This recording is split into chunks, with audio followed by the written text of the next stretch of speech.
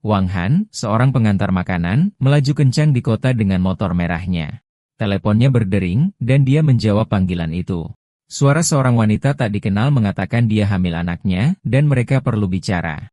Sibuk dengan pengiriman, Wang Han menganggapnya penipuan, mengatakan dia tidak punya waktu, dan menutup telepon dengan kesal. Dia kemudian melaju lagi, menyelinap di antara lalu lintas. Wang Han tiba di pusat pengiriman makanan 20 tempat rekan kerjanya bergosip di luar. Dengan sebatang rokok di mulutnya, dia bertanya kepada rekan kerja yang lebih gemuk tentang apa yang dia gumamkan. Rekan kerja itu menjelaskan bahwa putri keluarga Xios yang bergengsi akan menikahi putra orang terkaya di kota itu, topik yang tidak relevan bagi Wang Han. Rekan kerja itu kemudian menunjukkan foto di telepon putri keluarga Su yang cantik sambil mengeluh bahwa itu adalah sia-sia bagi seorang gadis sempurna untuk menikahi putra orang kaya, yang dia sebut bajingan jelek tak berguna. Saat Wang Han melirik foto itu, dia terkejut menyadari bahwa wanita itu tampak familiar. Rekan kerjanya merebut kembali telepon itu, dan ingatan Wang Han menjadi jernih. Rekan kerjanya bertanya apakah dia juga berpikir bahwa sayang sekali seorang gadis baik disia-siakan pada seseorang yang begitu mengerikan, tetapi Wang Han mengenalinya sebagai gadis mabuk yang pernah mencoba merayunya. Sebuah kesadaran mendadak menghantamnya.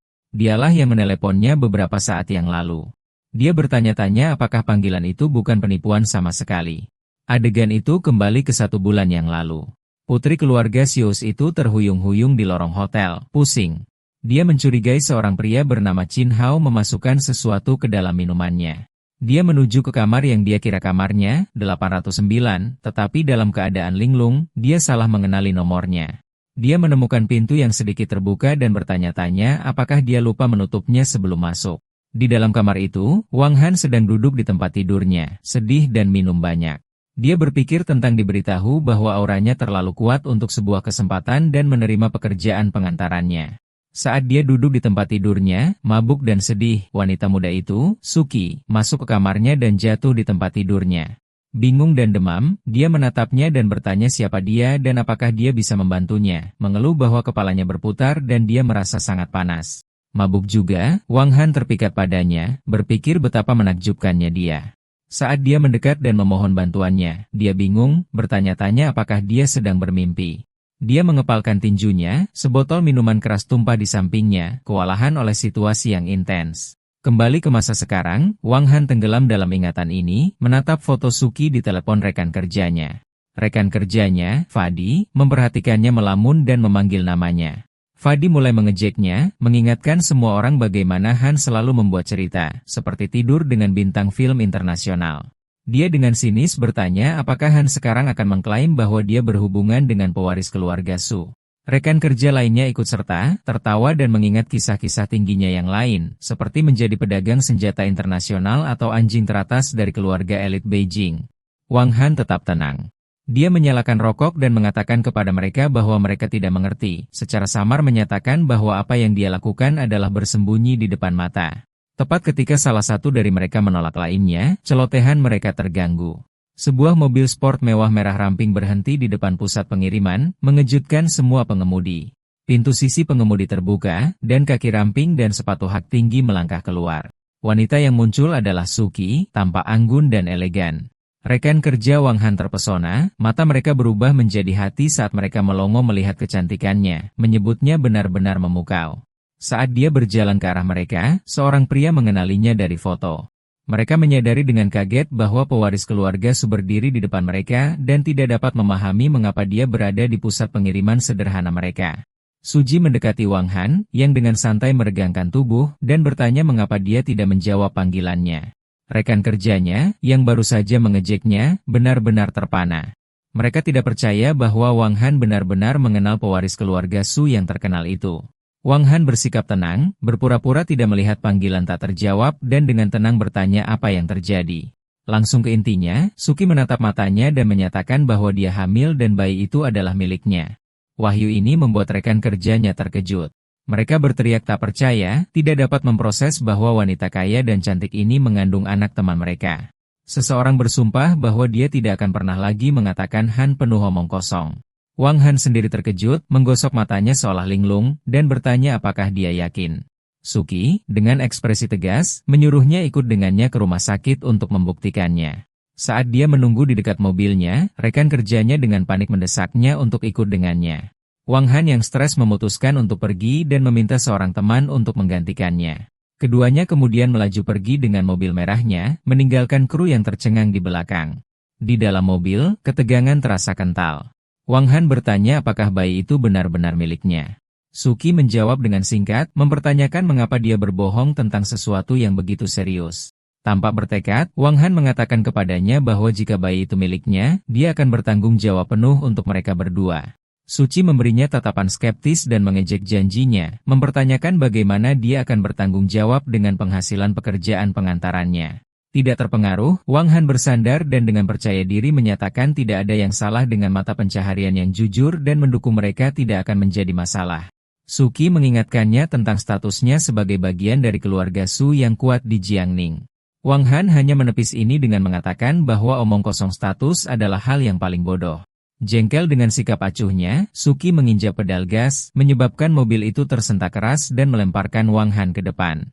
Dia berteriak padanya, menuduhnya melakukannya dengan sengaja dan bertanya apa yang istimewa dari keluarga Su. Perjalanan yang menegangkan berakhir saat mereka berhenti di depan sebuah rumah sakit besar. Suki parkir dan dengan tenang mengatakan kepadanya bahwa mereka telah tiba. Saat mereka keluar dari mobil, Suki memperingatkan Wang Han untuk tidak menggunakan kata tanggung jawab dengan enteng. Dia mengingatkannya tentang konsekuensi serius yang akan dia hadapi jika keluarganya menemukan seorang pengantar makanan membuatnya hamil. Ini membuat marah Wang Han yang dengan penuh semangat menyatakan bahwa itu bukan lelucon baginya. Jika bayi itu miliknya, dia pasti akan bertanggung jawab. Mengabaikan ledakannya, Suki menyuruhnya masuk. Mereka berjalan menyusuri lorong rumah sakit. Suki membawanya menuju pintu berlabel ruang operasi, dan Wang Han berhenti, terkejut, bertanya mengapa mereka pergi ke sana. Suki melihat kembali padanya dengan ekspresi bertekad dan menyatakan bahwa dia akan masuk, membuatnya menyadari niat sebenarnya untuk mengakhiri kehamilan. Dengan panik, dia meraih lengannya untuk menghentikannya. Dia memohon padanya, mengakui dia mungkin berpikir dia tidak bisa menghidupi dia dan seorang anak, tetapi bersikeras bahwa uang bukanlah masalah, dan dia akan menemukan caranya. Saat itu, seorang perawat mendekat, memberitahu Suki bahwa sudah waktunya untuk prosedurnya. Suki menatap Wang Han dengan senyum samar yang tak terbaca, setuju dengan perawat, dan menarik lengannya. Dia berjalan ke ruang operasi meninggalkan Wang Han memanggilnya dengan putus asa. Dia berdiri di luar pintu yang tertutup merasa tidak berdaya dan frustrasi, berpikir dia tidak bisa melakukan apapun untuk menghentikan wanita yang bertekad ini. Di dalam ruang operasi, Sokie berbaring di meja dengan gaun pasien.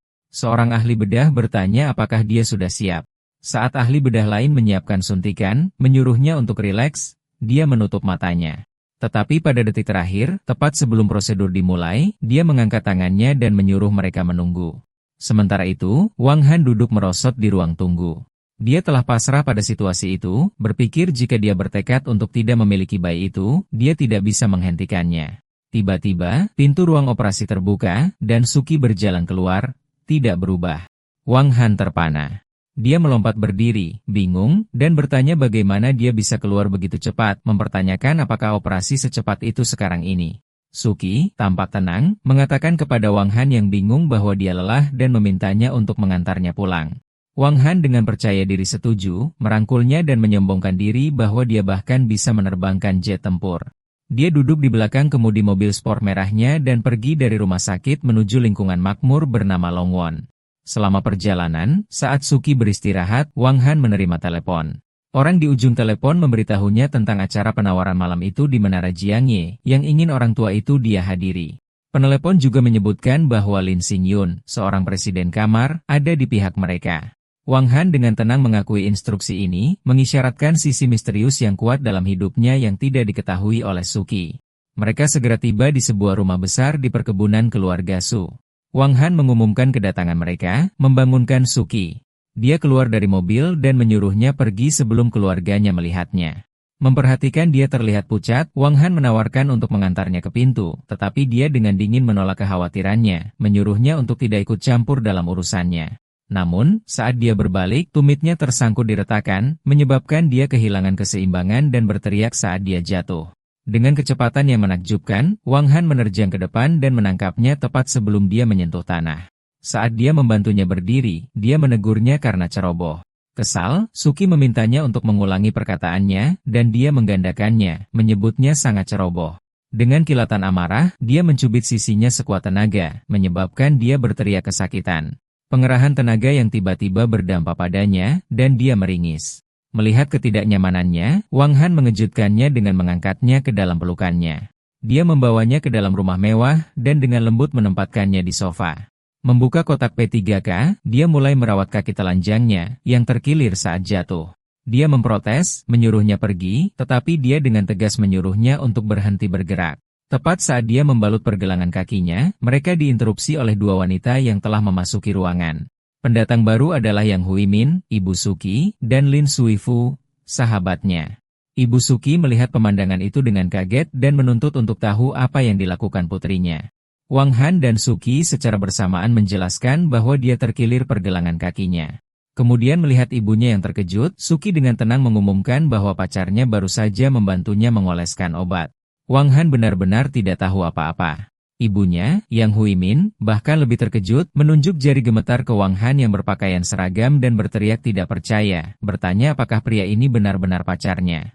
Terhuyung-huyung dari pengumuman putrinya, Yang Huimin dengan marah menuntut untuk tahu apa yang terjadi dan siapa pengantar barang ini. Setelah beberapa saat hening, Suki mundur, memberitahu ibunya dengan senyum paksa bahwa dia hanya bercanda. Dia menjelaskan bahwa dia terkilir pergelangan kakinya dan pria itu hanya membantunya masuk. Ibunya yang bingung tetapi lega memberitahu Suki bahwa dia membuatnya takut, mengingatkannya bahwa dia akan menikah dengan keluarga Qin yang bergengsi dan tidak mampu melakukan kesalahan apapun. Wang Han, yang diam, tersinggung oleh penghinaan ibunya yang jelas dan bertanya apa salahnya menjadi pengantar barang. Yang Huimin mencemooh, berteriak bahwa dia adalah orang rendahan yang mencoba berkencan di luar kemampuannya dan bahwa dia harus terus bermimpi. Hinaannya menyentuh saraf dan ekspresi marah melintas di wajah Wang Han. Sebelum situasinya meningkat, Suki turun tangan. Dia dengan tenang memberitahu Wang Han bahwa dia bisa pergi sekarang dan berterima kasih atas bantuannya. Dia memberi jawaban singkat dan berbalik untuk pergi. Saat dia berjalan pergi, sahabat Suki, Lin Shuifu, memperhatikannya dengan ekspresi berpikir. Setelah dia pergi, Yang Huimin menyuruh Lin Shuifu untuk membantu Suki ke kamarnya. Dengan jijik, dia memerintahkan seseorang untuk menyeka lantai tempat pengantar barang kotor itu berdiri. Kemudian, di kamarnya, Lin Shuifu membantu Suki duduk di tempat tidurnya dan segera bertanya tentang hubungan sebenarnya dengan pria itu. Suki awalnya mengklaim tidak ada apa-apa di antara mereka, tetapi Lin Shuifu tidak mempercayainya. Bersikeras dia tidak bisa dibodohi karena cara Suki memandangnya jelas bukan apa-apa. Terpojok oleh intuisi temannya, Suki mengakui kebenaran. Dia hamil anaknya. Lin Shuifu benar-benar tercengang, berteriak tidak percaya bahwa dia hamil.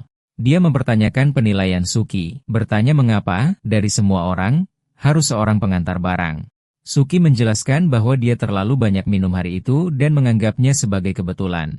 Lin Shuifu terus menekan, bertanya apa yang Suki rencanakan, mengingatkannya bahwa dia tidak bisa menyembunyikan kehamilan selamanya dari keluarga Qin yang kuat. Yang mengejutkan temannya, Suki dengan tegas menyatakan bahwa dia telah memutuskan untuk mempertahankan bayi itu. Lin Shuifu berpikir temannya sudah gila. Suki mencoba meyakinkannya, menjelaskan bahwa dia berbicara dengan pria itu, Wang Han, dan dia berjanji untuk bertanggung jawab penuh. Tapi Lin Shuifu tidak yakin. Dia berteriak pada Suki untuk bangun, mengingatkannya bahwa dia adalah putri dari keluarga Su. Dia menolak Wang Han sebagai pengantar barang yang tidak layak untuknya dan memperingatkan akan konsekuensi mengerikan jika keluarga Qin tahu. Bosan dengan kuliah, Suki mengangkat tangan untuk menghentikannya, mengatakan dia akan mencari tahu. Dia mengubah topik pembicaraan, bertanya mengapa Lin Shuifu kembali ke kota. Lin Shuifu menjelaskan kakeknya datang ke Jiangning untuk bertemu dengan seorang tokoh penting dan memeriksa acara penawaran malam itu, jadi dia ikut. Oh Suki yang tidak tertarik mengganggu temannya. Tiba-tiba, ekspresi Lin Shuifu berubah, dan dia mengumumkan dia punya ide brilian. Membungkuk, dia membisikkan rencana jahat kepada Suki. Jika rahasianya terbongkar, dia harus mengklaim bahwa pengantar barang itu memperkosanya. Sukhe menjawab dengan jijik, berkomentar betapa buruknya ide itu. Sementara itu, Wang Han telah meninggalkan perkebunan Sius dan berjalan melalui distrik villa eksklusif. Dia mengeluarkan ponselnya, bergumam bahwa tidak ada taksi di daerah ini. Saat itu, sebuah mobil hitam ramping berhenti di sampingnya. Wang Han memperhatikan saat seorang pria dengan setelan jas rapi keluar. Pria berambut perak yang lebih tua itu mendekati Wang Han dan dengan hormat menyapanya sebagai tuan muda. Dia memperkenalkan dirinya sebagai Lin Qingyun, Presiden Kamar Dagang Zulong, dan menjelaskan dia ada di sana untuk mengawalnya ke acara penawaran. Wang Han menyatukan semuanya, mengingat percakapan itu dan membenarkan kakeknya telah memberitahunya tentang pengaturan itu, mengungkapkan hubungan tersembunyi dengan kekuatan besar yang kontras dengan hidupnya sebagai pengantar barang. Menerima tawaran itu, Wang Han memberitahu Lin Qingyun bahwa sebelum penawaran, dia perlu mandi dan berganti pakaian. Lin Qingyun setuju dengan hormat, berjanji mengatur segalanya sambil membukakan pintu mobil untuk tuan mudanya. Mereka pergi dengan limusin hitam mewah. Adegan beralih ke acara penawaran yang ramai di ballroom megah yang dipenuhi tamu-tamu kaya. Wang Han tiba, sekarang berubah penampilan. Dia telah melepaskan jaket pengirimannya dan mengenakan setelan jas yang tajam, tampak berwibawa dan percaya diri saat mengamati kerumunan. Saat dia berdiri di dekat jendela, perhatiannya tertuju pada wajah yang familiar. Itu adalah Lin Suefu, sahabat Suki, mengenakan gaun malam putih yang memukau. Dia mendekatinya dengan jijik dan bertanya apa yang dilakukan tukang antar di acara eksklusif seperti itu. Sebelum dia bisa menjawab, dia langsung menyimpulkan, menuduh apakah dia sedang bekerja paruh waktu. Sebelum Wang Han bisa mengoreksinya, dia meraih lengannya dan menariknya dengan paksa, mengatakan dia perlu bicara. Di tempat yang lebih terpencil, dia menghadapinya, menyatakan bahwa Suki adalah sahabatnya dan hamil karenanya. Dia dengan keras memperingatkannya bahwa jika dia tidak bertanggung jawab penuh ketika bayi itu lahir, dia akan membuatnya menyesalinya. Wang Han benar-benar terkejut dengan ini. Dia mengatakan padanya bahwa dia pikir Suki telah menggugurkan bayi itu di rumah sakit. Lin Suefu dengan marah memberitahunya bahwa dia salah, dan Suki memutuskan untuk mempertahankannya. Informasi baru ini mengejutkan Wang Han, yang menyebut namanya dengan tidak percaya. Dia menyadari bahwa dia pasti tidak melanjutkan operasi. Lin Weifu melihat keraguan-raguannya sebagai tanda bahwa dia mungkin menghindari tugasnya, mengulangi ancamannya, memperingatkan bahwa jika dia mencoba pergi, dia akan menyesalinya. Untuk menekankan maksudnya, dia dengan paksa menginjakkan tumit stilettonya ke sepatunya, menyebabkan dia berteriak kesakitan saat dia berbalik dengan kepuasan yang suram. Saat Lin Suefu pergi, suara seorang pembawa acara memotong ballroom dan memberitahu para tamu bahwa penawaran akan segera dimulai.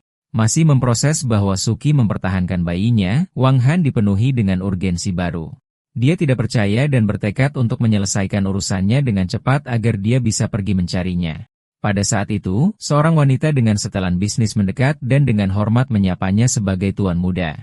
Dia memperkenalkan dirinya sebagai Liu Yu, asisten barunya, yang ditugaskan oleh ketua Lin Qingyun. Mengetahui dirinya, Wang Han menyatakan bahwa inilah saatnya untuk pergi. Keduanya berjalan menuju area acara utama dengan kehadiran yang kuat. Saat mereka menemukan tempat mereka, seorang pria gemuk berpakaian flamboyan berjalan ke depan. Dia dengan sombong mengumumkan kepada para hadirin bahwa tawaran utama hari itu, proyek distrik baru, diklaim oleh keluarga Qin. Memutar kumisnya, dia memperingatkan semua orang untuk menunjukkan rasa hormat kepada mereka atau menghadapi konsekuensinya. Pria sombong ini adalah Qin Lei, tuan muda tertua dari keluarga Qin. Wang Han bertanya kepada asistennya siapa pria itu. Liu Yu menjelaskan bahwa dia berasal dari keluarga Qin, salah satu keluarga terkaya di Jiangning dan saingan terbesar mereka untuk proyek tersebut. Dengan sikap meremehkan, Wang Han bertanya apakah orang seperti itu bisa bersaing dengannya. Liu Yu menjelaskan bahwa keluarga Qin berencana untuk memenangkan proyek tersebut dan kemudian memanfaatkan aliansi pernikahan mereka dengan keluarga Su untuk membantu mereka keluar dari masalah. Penyebutan keluarga Su membuat semuanya jelas bagi Wang Han. Dia ingat rekan kerjanya mengomel tentang Nona Su yang dinikahkan dengan pria kaya yang tidak berguna. Dia menyadari bahwa pria sombong ini, Qin Lei, adalah tunangan suci yang seharusnya dinikahi. Dengan tatapan suram, dia sekarang melihat gambaran lengkap yang menghubungkan pertunangan Suki, masalah keluarganya, dan perang penawaran ini. Juru lelang mempresentasikan barang utama, lot 053 di distrik baru. Tanpa ragu, Qin Lei mengangkat dayungnya dan membuka dengan tawaran 5 miliar. Kerumunan meledak dalam bisikan kaget, menyadari bahwa keluarga Qin bertekad untuk menang. Mereka bergumam bahwa dengan pernikahan Qin Su yang akan datang, tidak ada yang berani menantang mereka. Saat lelang tampaknya sudah diputuskan, Wang Han dengan tenang mengangkat dayung penawarannya dan membalas dengan 6 miliar. Ruangan terdiam kaget lalu pecah menjadi obrolan panik. Para tamu bertanya-tanya siapa pria pemberani ini, dengan asumsi dia pasti bukan penduduk setempat yang berani menentang keluarga Qin. Mereka percaya proyek itu adalah hal yang pasti bagi keluarga Qin, dan mereka tidak akan membiarkan ini lolos. Di seberang ruangan, ekspresi puas Qin Lei menghilang, digantikan oleh amarah murni. Dia mengepalkan tinjunya begitu erat hingga buku-buku jarinya memutih. Dia melotot dengan marah pada Wang Han dan berteriak di seberang ruangan, menuntut untuk tahu siapa dia dan menuduhnya mencari masalah. Konfrontasi telah dimulai. Menghadapi kemarahan Qin Lei, Wang Han tetap tenang. Dia dengan tenang menunjukkan bahwa mereka berada di lelang di mana penawar tertinggi menang dan bertanya apakah ada masalah. Qin Lei, wajahnya berkerut karena amarah, menjawab, bertanya apakah Wang Han tidak mendengarnya mengatakan bahwa keluarga Qin menginginkan proyek ini. Dengan keyakinan tertinggi, Wang Han menjawab bahwa dia mendengar dengan sangat baik tetapi mempertanyakan apa hubungannya dengan dia. Para tamu di sekitarnya terkejut, bergumam tentang siapa pria misterius ini yang berani menantang keluarga Qin yang perkasa. Tidak mau kalah, Qin Lei yang marah mengangkat dayungnya dan meneriakkan tawaran 700 juta. Tanpa ragu, Wang Han membalas dengan 800 juta. Perang penawaran terus berlanjut dan ketegangan semakin meningkat. Qin Lei menyerbu ke arah Wang Han dengan rombongannya, mendekat ke wajahnya dan berteriak bahwa di kota Jiangming, keluarga Qin adalah hukum. Dia membuat tawaran putus asa terakhir sebesar 900 juta, menantang Wang Han untuk terus menawar jika dia memiliki keinginan mati. Wang Han hanya tertawa, gambaran hiburan yang tenang, dan dengan santai mengumumkan tawaran sebesar 1 miliar. Setelah benar-benar dan dipermalukan di depan umum, Qin Lei akhirnya marah. Dia berteriak bahwa Wang Han memintanya dan mengancam akan mencincangnya saat dia melayangkan pukulan liar ke wajah Wang Han. Tapi Wang Han sangat cepat. Dia dengan mudah menghindari serangan kikuk itu dan dengan satu gerakan memberikan pukulan kuat ke wajah Qin Lei. Saat Qin Lei dikirim terbang, menangis kesakitan, Wang Han dengan jijik bertanya apakah dia pikir dia bisa mengalahkannya sendirian. Saat Qin Lei terbaring linglung, kedua pengawalnya melompat berdiri dan menyerbu Wang Han. Pertarungan berikutnya sangat efisien. Wang Han bergerak dengan kecepatan luar biasa, dengan mudah mengirim mereka dengan tendangan dan pukulan kuat, meninggalkan mereka kalah di lantai ballroom. Qin Lei berjuang untuk berdiri, memegangi wajahnya yang memar karena tidak percaya. Dia berteriak pada Wang Han, menuduhnya memiliki keinginan mati karena berani menyentuhnya. Wang Han, dengan seringai dingin, membalas bahwa dialah yang melakukan pemukulan sekarang. Dia meluncurkan serangan lain, mengirim salah satu anak buah Qin Lei terbang di udara dengan tendangan kuat. Pengawal itu jatuh dengan suara gedebu keras tepat di atas bosnya, menjatuhkan keduanya dalam tumpukan yang tidak bermartabat. Dengan pertarungan yang berakhir dalam hitungan detik, Wang Han berdiri dengan tenang di tengah kekacauan. Dia beralih ke ruangan yang terpana dan dengan santai bertanya kepada juru lelang yang ketakutan apakah ada orang lain yang akan menawar. Juru lelang, dengan tergagap, dengan cepat menjawab bahwa tidak ada penawar lain. Setelah memenangkan lelang, urusan Wang Han selesai. Dia beralih ke asistennya, Liu Yu, dan menginstruksikannya untuk menandatangani dokumen dan mentransfer dana. Menjelaskan bahwa dia memiliki urusan mendesak, dia memberi lambaian terakhir dan dengan percaya diri berjalan keluar dari ballroom, meninggalkan semua orang untuk memproses tampilan kekuatan mengejutkan yang baru saja mereka saksikan. Cerita beralih ke ruangan mewah tempat Lin Shuifu berdiri di hadapan kakeknya, yang juga adalah Lin Qingyuan yang melayani Wang Han. Dia bertanya mengapa dia dipanggil ke sana dengan terburu-buru, membuatnya melewatkan lelang. Kakeknya memperingatkannya untuk berhati-hati setelah tamu mereka tiba, mengakui bahwa dia masih belum mengetahui temperamen orang ini. Lin Shuifu mencemooh, bertanya-tanya siapa orang penting yang bisa membuat kakeknya yang kuat bertindak begitu hati-hati. Saat itu, seorang asisten masuk dan memberitahu ketua bahwa lelang telah berakhir. Lin Qingyun bertanya apakah keluarga Qin yang menang, tetapi asisten melaporkan bahwa orang lain adalah pemenangnya. Lin Shuifu terkejut, berseru bahwa itu tidak mungkin. Dia tidak percaya proyek itu lolos dari tangan keluarga Qin dan bertanya-tanya siapa yang cukup berani untuk merebutnya. Kakeknya dengan tenang memberitahunya bahwa orang yang mereka tunggu telah tiba. Melihat ponselnya, mungkin pembaruan berita, Lin Shuifu berkomentar bahwa orang ini terlalu arogan. Memutuskan berita ini terlalu penting untuk ditunda, dia memberitahu kakeknya bahwa dia akan keluar untuk menelepon temannya Nanan, Suki. Saat dia berjalan di lorong, dia asyik dengan pikirannya dan panggilan teleponnya. Dia berpikir tentang bagaimana kegagalan keluarga Qin membahayakan kerjasama yang direncanakan dengan keluarga Su. Bertekad untuk menyampaikan berita ini kepada sahabatnya, dia tidak memperhatikan kemana dia pergi. Dia berjalan langsung ke Wang Han, yang menuju ke arah yang berlawanan. Tabrakan itu mengejutkan, dan dia mengeluarkan teriakan kecil saat dia menabrak dadanya. Dengan marah, dia mendongak dan terkejut melihat wajahnya. Dia berteriak padanya, menuntut untuk tahu mengapa itu dia lagi dan mencaci maki tukang antar makanan yang bau karena tidak memperhatikan kemana dia pergi. Namun, panggilan mendesaknya lebih diutamakan. Dia dengan cepat memunggungi Wang Han yang diam dan terus berjalan, berbicara ke teleponnya untuk memberitahu Suki berita pentingnya. Wang Han hanya melihatnya pergi dengan ekspresi tenang yang tak terbaca. Setelah Lin Shuifu pergi, Wang Han masuk untuk bertemu dengan Lin Qingyun. Pria yang lebih tua itu menyambutnya dengan hormat. Wang Han menegaskan urusannya di pelelangan sudah selesai dan kemudian dengan santai bertanya tentang wanita yang baru saja dia temui. Lin Qingyun memperkenalkannya sebagai cucunya, Lin Shuifu, dengan sengaja menyebutkan bahwa dia belum menikah. Dia memujinya, mengatakan dia sangat mengagumi Wang Han dan selalu ingin bertemu dengannya. Upaya perjodohan ini membuat Wang Han geli, yang menolaknya dengan lelah, "Sudahlah." Mengubah topik pembicaraan, Wang Han duduk dan bertanya kepada Lin Qingyun apakah dia mengenal Suki. Lin Qingyun menjelaskan bahwa dia adalah wanita muda dari keluarga Su, bakat paling luar biasa dari generasinya, tetapi telah dijauhkan dari sorotan karena keluarga lebih menyukai anak laki-laki daripada anak perempuan. Dia menegaskan keluarga Qin bermaksud untuk mengadakan aliansi pernikahan dengan keluarga Su setelah memenangkan proyek tersebut. Tetapi karena Wang Han turun tangan, rencana itu sekarang tertunda. Karena penasaran, Wang Han menyelidiki lebih banyak detail pribadi, menanyakan tentang kehidupan sehari-hari dan sejarah asmara Suki. Lin Qingyun memberitahunya bahwa keluarga Su memiliki didikan yang sangat ketat, dan Suki memiliki kepribadian yang keras kepala. Dia menyatakan bahwa dia tidak mudah terlibat dengan orang lain, dan sejauh yang dia tahu, tidak pernah memiliki pacar. Informasi baru ini membawa senyum licik dan penuh arti ke wajah Wang Han. Saat itu, teleponnya berdering. ID penelepon menunjukkan nama Sochi, dan dia menjawab dengan lancar, mengatakan padanya bahwa dia baru saja memikirkannya. Di ujung lain, Sochi bertanya apakah dia punya waktu dan mengatakan dia ingin bertemu dengannya. Wang Han segera setuju dan menanyakan lokasinya. Urusan mendesaknya sekarang jelas, Wang Han berdiri untuk pergi. Dia memberitahu Lin Qingyun bahwa dia akan pergi dan dia dapat melapor kembali kepada orang tua itu. Saat Wang Han berjalan keluar, Lin Qingyun melakukan satu upaya terakhir untuk mempromosikan cucunya, menyebutkan bahwa dia lulus dari Royal Academy di London. Seperti Wang Han. Tidak tertarik, Wang Han menyela, mengatakan mereka dapat membicarakannya lain kali. Adegan beralih ke taman yang menghadap ke kota tempat Suji duduk sendirian di bangku, tampak berpikir.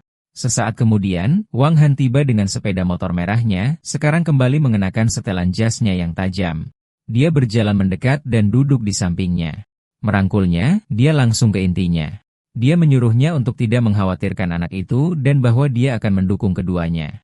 Dia kemudian membuat tawaran definitif, mengatakan padanya bahwa jika dia ingin menikah, mereka dapat mendaftar kapan saja dia mau, memperkuat janjinya tentang tanggung jawab. Meskipun janjinya percaya diri, Suki tetap skeptis. Dengan senyum masam, dia mempertanyakan kemampuannya untuk memenuhi komitmen seperti itu. Tanpa gentar, Wang Han melihat ke kejauhan dan bertanya apa yang tidak mampu dia beli. Untuk memperjelas maksudnya, Suki mengangkat pergelangan tangannya, menunjukkan kepadanya jam tangan mahalnya dan bertanya apakah dia tahu harganya. Dengan keahlian yang mengejutkan, Wang Han dengan benar mengidentifikasi jam tangan itu sebagai Pasha de Cartier, model emas mawar 18K 42 mm, dan dengan benar menyatakan harganya 352.000. Suki terlihat sangat terkejut dengan pengetahuannya yang mendetail. Dia menekannya, menanyakan berapa penghasilannya dalam setahun sebagai tukang antar makanan dan berapa tahun dia harus bekerja hanya untuk membeli barang itu. Wang Han meyakinkannya untuk tidak mengkhawatirkan uang dan mendorongnya untuk melahirkan bayi itu. Dia dengan percaya diri menyatakan bahwa dia pasti tidak akan membiarkan dia atau anak itu kekurangan materi, bahkan membual bahwa menyediakan untuk mereka tidak akan menjadi masalah. Suki memutar matanya pada pernyataan besarnya, dengan sinis bertanya apakah akan membunuhnya untuk tidak menyombongkan diri. Percakapan mereka terganggu ketika telepon Suki berdering. Dia menjawab, dan suara panik ibunya ada di ujung sana. Ibunya menuntut agar dia segera pulang, memberitahunya bahwa Xin Hao ada di rumah menunggu untuk membahas pernikahan. Suki dengan tenang mengakui panggilan itu. Berpaling ke Wang Han, dia memintanya untuk mengantarnya pulang. Dengan senyum menawan, dia mengatakan padanya bahwa itu akan menjadi kesenangannya. Dia membantunya naik ke sepeda motornya, dan mereka melaju dengan cepat. Selama perjalanan, Suci bersandar di punggung Wang Han, senyum damai samar di wajahnya saat dia menutup matanya, tampak puas. Mereka segera tiba kembali di kediaman keluarga Su. Wang Han mengantarnya ke pintu depan, dan saat mereka masuk, Suki mengumumkan kepada ibunya bahwa dia sudah pulang. Ibunya, Yang Huimin, segera tampak kesal. Dia memarahi putrinya karena pergi begitu lama, mengatakan kepadanya bahwa Qin Hao telah menunggu. Di latar belakang, seorang pria gemuk mengenakan jas duduk di sofa. Suki hanya menyatakan dia pergi berjalan-jalan. Ibunya kemudian melihat Wang Han di belakangnya dan dengan tidak setuju bertanya mengapa dia membawa seseorang kembali, mengingatkannya bahwa hari pernikahannya dengan Qin Hao sudah dekat. Pria di sofa berdiri dan menyapa Suki, menegaskan dia datang untuk membahas masalah pernikahan. Dia memberikan senyum ramah dan memperkenalkan dirinya sebagai Qin Hao, tuan muda kedua dari keluarga Qin. Menghadapi tunangannya, Qin Hao, Suki mencoba menunda pernikahan mereka. Dia mengatakan kepadanya bahwa karena keluarga Qin kehilangan tawaran proyek distrik baru, kerjasama yang direncanakan keluarga mereka belum difinalisasi, dan karena itu, pernikahan mereka juga harus ditunda. Qin Hao, bagaimanapun, menolak tawaran yang hilang sebagai masalah kecil. Dengan seringai sinis, dia bersikeras mereka harus menikah dulu, dan segala sesuatu yang lain dapat dinegosiasikan setelahnya. Pikirannya mengungkap niat sebenarnya. Dia berencana untuk menidurinya dulu baru memutuskan apakah akan memberi keluarganya uang yang mereka butuhkan. Ibu Suki, Yang Huimin, berusaha keras menyelamatkan situasi. Dia memohon pada putrinya, mengingatkannya bahwa Qin Hao menjanjikan 1 miliar untuk membantu keluarga Su segera setelah mereka menikah. Tapi Suci memotongnya dengan tajam, jangan bicara lagi. Dengan tekad yang kuat, dia menyatakan bahwa dia tidak akan menikah dengannya. Penolakannya membuat ibunya dan Qin Hao terkejut. Mengambil langkah berani, Suki berjalan ke Wang Han, menggandeng lengannya, dan mengumumkan bahwa dia tidak hanya tidak akan menikahi Qin Hao, tetapi dia juga hamil anak Wang Han.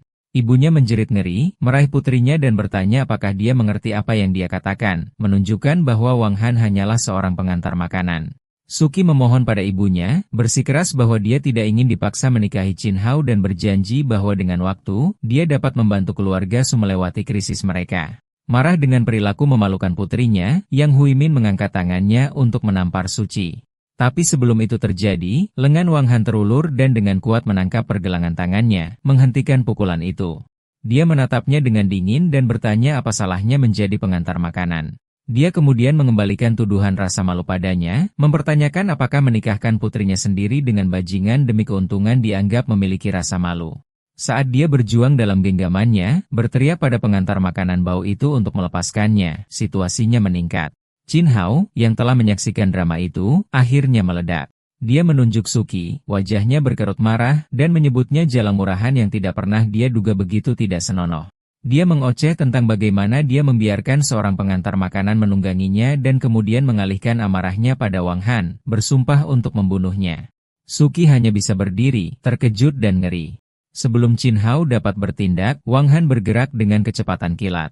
Dia memberikan tamparan keras di wajah Qin Hao, membuatnya terhuyung mundur dan jatuh ke lantai.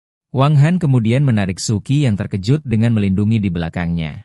Dia memelototi Qin Hao yang terjatuh dan menyatakan bahwa dia hamil anaknya, yang membuatnya menjadi wanitanya, dan mempertanyakan siapa yang memberinya keberanian untuk mencoba memukulnya.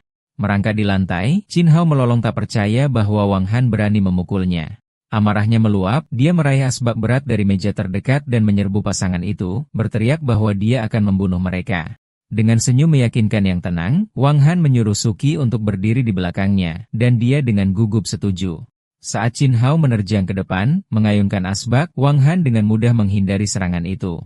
Dalam satu gerakan, dia mendaratkan pukulan telak ke rahang Qin Hao, membuatnya terbang mundur, asbak terlepas dari genggamannya. Saat Qin Hao terbaring linglung, Wang Han berdiri di atasnya dan menyatakan bahwa dia berani menyentuh wanitanya. Belum selesai, Wang Han naik ke atas pria yang babak belur itu, meraih kerahnya, dan mengatakan bahwa hari ini dia akan memberinya pelajaran. Dia menghujani serangkaian pukulan brutal di wajah Qin Hao, mengabaikan jeritan kesakitan dan teriakan putus asa korbannya untuk meminta bantuan. Tepat saat dia mengangkat tinjunya untuk pukulan lain, Suki memanggilnya untuk berhenti. Pada saat yang sama, sebuah suara yang kuat bergema menuntut untuk mengetahui siapa yang berani bertindak begitu lancang. Sekelompok tokoh yang mengesankan telah masuk dipimpin oleh seorang pria tua yang bermartabat dengan janggut putih panjang dan tongkat. Suki menatap pria itu dengan kaget dan takut dan menyapanya sebagai kakek. Kedatangan kepala keluarga membekukan semua orang. Kakek Suki, diapit oleh anggota keluarga lainnya, mengamati pemandangan itu.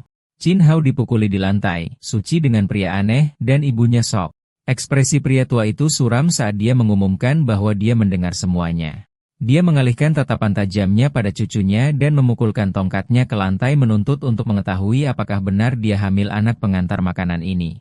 Dengan pasrah, Suki membenarkan bahwa itu benar. Pengakuan itu membuat keluarga Su panik. Mereka berteriak bahwa situasinya keterlaluan, dan mereka tidak mampu menyinggung keluarga Qin yang kuat. Kakeknya, wajahnya berkerut marah, meraung bahwa satu-satunya solusi adalah agar anak itu segera digugurkan.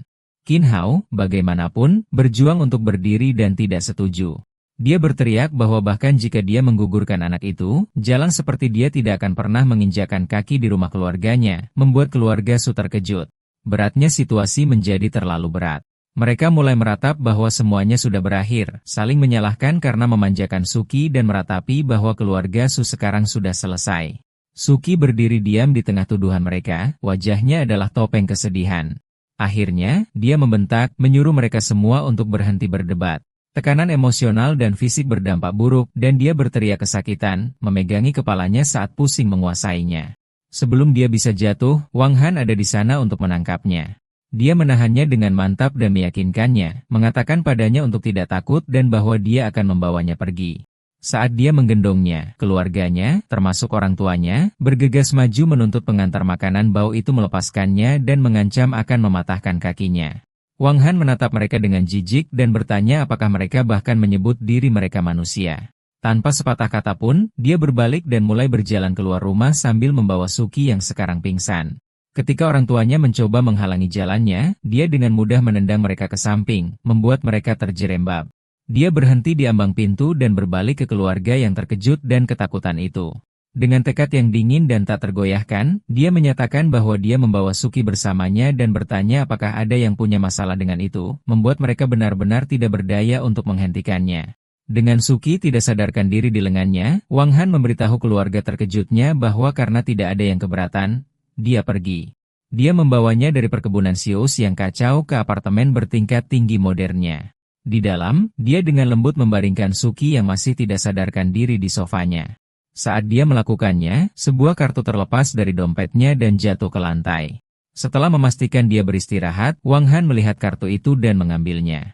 Dia memeriksanya dan terkejut menyadari bahwa hari ini adalah hari ulang tahunnya. Dia merasakan gelombang kasihan padanya, berpikir bahwa meskipun dia berasal dari keluarga kaya, tampaknya tidak ada yang mengingat hari istimewanya.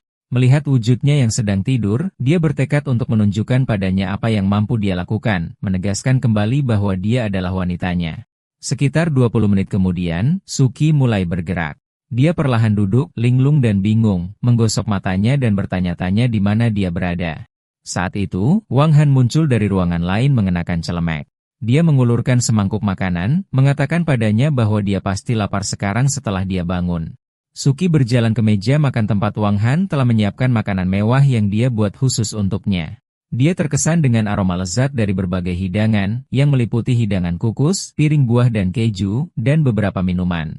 Wang Han membual bahwa keterampilan memasaknya sangat bagus sehingga bahkan seorang putri dari Dubai akan memohon untuk mencicipinya. Terhibur dengan kesombongannya, Suki tersenyum dan bertanya apakah itu akan membunuhnya untuk tidak menyombongkan diri. Saat mereka duduk untuk makan, Suki menjadi serius. Dia mengatakan kepadanya bahwa untuk hari ini, dia dilarang mengucapkan kata mati, membuat Wang Han bingung. Sebelum dia bisa bertanya, dia mengungkapkan kejutannya. Dia mengeluarkan kue merah muda kecil dengan satu lilin menyala di atasnya. Dengan senyum percaya diri, dia mempersembahkannya kepada Suki yang terkejut dan mengucapkan selamat ulang tahun padanya. Suki kaget dan bertanya bagaimana dia tahu hari ulang tahunnya. Wang Han tersenyum dan bertanya apakah dia pikir dia hebat. Suki terharu sampai tidak bisa berkata-kata dan matanya berkaca-kaca. Wang Han menggoda, bertanya apakah dia terharu dan menyuruhnya tidak apa-apa jika ingin menangis. Dia lalu menyombongkan diri bisa meminjamkan bahunya, yang bahkan tidak bisa didapatkan oleh supermodel internasional. Keangkuhannya yang absurd mencairkan suasana, dan Suki tertawa lepas. Dia lalu menyuruhnya mencoba makanannya. Dia mencicipi dan mengakui rasanya enak, lalu dia menjawab dengan percaya diri, tentu saja. Setelah makan beberapa saat, Wang Han menyuruhnya membuat permohonan pada kuenya. Suki menutup matanya, menyatukan tangannya, dan diam-diam setuju. Setelah beberapa saat, Wang Han menjadi serius dan bertanya apa rencananya. Suki menatapnya dengan sungguh-sungguh dan mengingatkannya akan janjinya untuk mendukung mereka, bertanya apakah dia akan menarik kata-katanya. Wang Han meyakinkannya bahwa tidak, tetapi memberikan tantangan. Dia bertanya apakah dia benar-benar berani menikahi seorang pengantar barang sepertinya. Dengan berapi-api, Suki berdiri dan menyatakan dia berani, menambahkan bahwa jika dia gagal menghidupi mereka, dia akan menikah lagi. Mendengar ini, Wang Han memutuskan dan memberitahunya bahwa mereka akan mendaftarkan pernikahan mereka besok. Dengan tekad yang kuat, dia setuju, menyatakan bahwa dia tidak takut. Puas, Wang Han bersandar dengan senyum dan berkata bahwa itu sudah disepakati. Rencana mereka terganggu ketika ponsel Wang Han berdering. Dia memberitahu Suki bahwa dia harus menerima panggilan itu, dan dia mengangguk. Dia melangkah keluar ke balkon untuk menjawab. Orang di ujung sana, yang dia panggil Xiao Hua, dengan panik memperingatkannya bahwa dia dalam bahaya. Xiao Hua, yang memanggil Wang Han bos, mengatakan seorang pembunuh bernama Hydra akan datang ke kota Jiangning untuk membunuhnya. Wang Han tetap tenang dan bertanya apakah sumbernya dapat dipercaya, dan apakah mereka dapat memastikan lokasi Hydra. Xiao Hua melaporkan Hydra terakhir terlihat di dekat villa keluarga Lin. Menyalakan rokok, Wang Han dengan tenang memberitahu bawahannya bahwa dia mengerti dan akan meluangkan waktu untuk mengurus pembunuh itu besok. Sementara Wang Han berada di balkon, Suki duduk di sofa berbicara di telepon dan memakan kuenya. Dia sedang menelepon sahabatnya, Lin Shuifu, yang mengucapkan selamat ulang tahun dan bertanya apakah dia orang pertama. Dengan senyum geli, Suki memberitahu temannya bahwa dia yang kedua. Lin Shuifu terkejut, langsung bertanya siapa yang pertama dan berharap itu bukan Qin Hao. Suki, melirik ke arah balkon, mengungkapkan bahwa itu dia. Temannya marah, menuntut untuk tahu bagaimana dia bisa terlibat dengan pengantar barang itu lagi. Saat dia mengambil gigitan kue lagi, Suki menghela nafas dan memberitahu Lin Shuifu yang tercengang bahwa ini adalah cerita yang panjang, tetapi mereka telah memutuskan untuk mendaftarkan pernikahan mereka besok. Berita ini membuat temannya panik yang bertanya apakah dia sudah gila karena menikahi seorang pengantar barang dan menuntut lokasinya. Suki dengan tenang menjawab bahwa dia ada di tempatnya. Lin Shuifu yang khawatir mencoba menenangkannya, berjanji untuk mencari tahu sesuatu. Dia menyatakan dia akan pergi dan memohon kepada orang penting misterius yang memenangkan lelang, yang dikenal kakeknya, untuk membantu Suki apapun yang terjadi. Namun, panggilan tiba-tiba terputus, dan Suki ditinggalkan bertanya-tanya apa yang terjadi. Sementara itu, di balkon, percakapan tegang Wang Han berlanjut. Bawahannya menambahkan berita yang lebih mengkhawatirkan, memberitahunya bahwa putri tertua telah bertanya tentang keberadaannya 2 hari lalu. Wang Han menjadi lebih serius, menuntut untuk tahu apakah Xiao Hua memberitahunya bahwa dia ada di Jiangning. Bawahannya dengan gugup menjelaskan bahwa dia tidak punya pilihan karena dia tahu temperamen sang putri dan takut dia akan mengebirinya jika dia tidak menurut. Berita itu sangat mengejutkan sehingga Wang Han tidak bisa berkata-kata dan menjatuhkan korek apinya. Dia berteriak ke telepon, marah karena bawahannya yang terpercaya menjualnya. Xiao Hua mencoba meredakan situasi, menyarankan latar belakang keluarga sang putri menjadikannya pasangan yang cocok untuk bosnya, dan dia harus menyerah saja. Wang Han dengan marah memotongnya, menuntut untuk tahu kapan dia tiba. Melihat kemarahan bosnya, Xiao Hua membuat alasan tentang sinyal yang buruk dan tiba-tiba menutup telepon, meninggalkan Wang Han yang marah. Dia ditinggalkan sendirian di balkon, berjongkok dalam frustrasi, berpikir ini adalah situasi yang sangat buruk. Saat itu, ponselnya berdering dengan pemberitahuan. Jengkel, dia bertanya-tanya siapa yang mengganggunya sekarang. Dia melihat ke layarnya dan melihat pesan dari nomor yang tidak dikenal. Pengirim memperkenalkan dirinya sebagai Lin Shuifu, cucu Lin Qingyun. Dalam pesan itu, dia mengusulkan kemitraan bisnis, menyarankan bahwa karena dia baru di kota itu, bekerja sama dengan keluarga Xius dalam proyek distrik baru akan saling menguntungkan. Putus asa untuk membantu temannya, dia membuat tawaran berani, menjanjikan bahwa jika dia setuju, dia akan melakukan apapun yang dia minta. Membaca proposalnya yang kurang ajar, Wang Han menyeringai, berpikir dia pasti punya keberanian. Hampir seketika, ponselnya berdering. Itu adalah Lin Qingyun yang jelas telah mengetahui teks cucunya. Dia meminta maaf sebesar-besarnya atas masalah yang dia timbulkan. Wang Han dengan tenang mengatakan kepadanya tidak apa-apa. Mengambil alih, Wang Han memberikan Lin Qingyun 2 instruksi yang jelas. Pertama, dia membutuhkan senapan sniper dan 2 peluru, yang akan dia ambil besok. Kedua, dia memerintahkan Lin untuk memberi Suki wewenang penuh atas proyek distrik baru, melarang siapapun dari keluarga Su untuk terlibat. Tanpa ragu-ragu, Lin Qingyun setuju untuk melaksanakan perintah tuan mudanya. Kemudian, sementara Wang Han berada di balkon, Suki bersantai di apartemennya, berbaring di tempat tidur dan membaca. Ponselnya berdering dengan pesan dari sahabatnya, Lin Suefu. Teks itu memiliki berita menarik. Lin Suefu menghubungi orang penting misterius yang memenangkan proyek distrik baru. Dia memberitahu Suki bahwa dia telah setuju untuk bekerja sama dengan keluarga Su, dan yang lebih penting, bersikeras agar Suki yang bertanggung jawab. Mereka akan bertemu keesokan harinya untuk membahas detailnya. Sangat gembira, Suji dengan senang hati menjawab, membenarkan dia akan bertemu dengannya besok. Saat itu, Wang Han berjalan kembali dan memperhatikan ekspresinya yang bahagia, bertanya apa yang membuatnya dalam suasana hati yang baik. Masih melihatnya hanya sebagai pengantar barang, dia meremehkannya sebagai masalah proyek yang tidak akan dia mengerti. Dia kemudian tanpa terkejut dia menemukannya sedang membaca, dan dia menggoda bahwa dia tidak menyangka dia memiliki kebiasaan membaca buku. Dia mendekat, wajah mereka hanya berjarak beberapa inci, dan berbisik bahwa ada banyak hal yang tidak dia harapkan tentang dirinya. Bingung dengan kedekatannya, Suki tersipu dan tergagap, bertanya apa yang dia lakukan dan mengingatkannya bahwa menyetujui untuk menikahinya tidak berarti. Tetapi alih-alih bergerak, Wang Han dengan lembut mengambil bantal dari tempat tidur. Dia mengatakan kepadanya bahwa jika dia lelah, dia harus beristirahat dan bahwa dia akan tidur di sofa.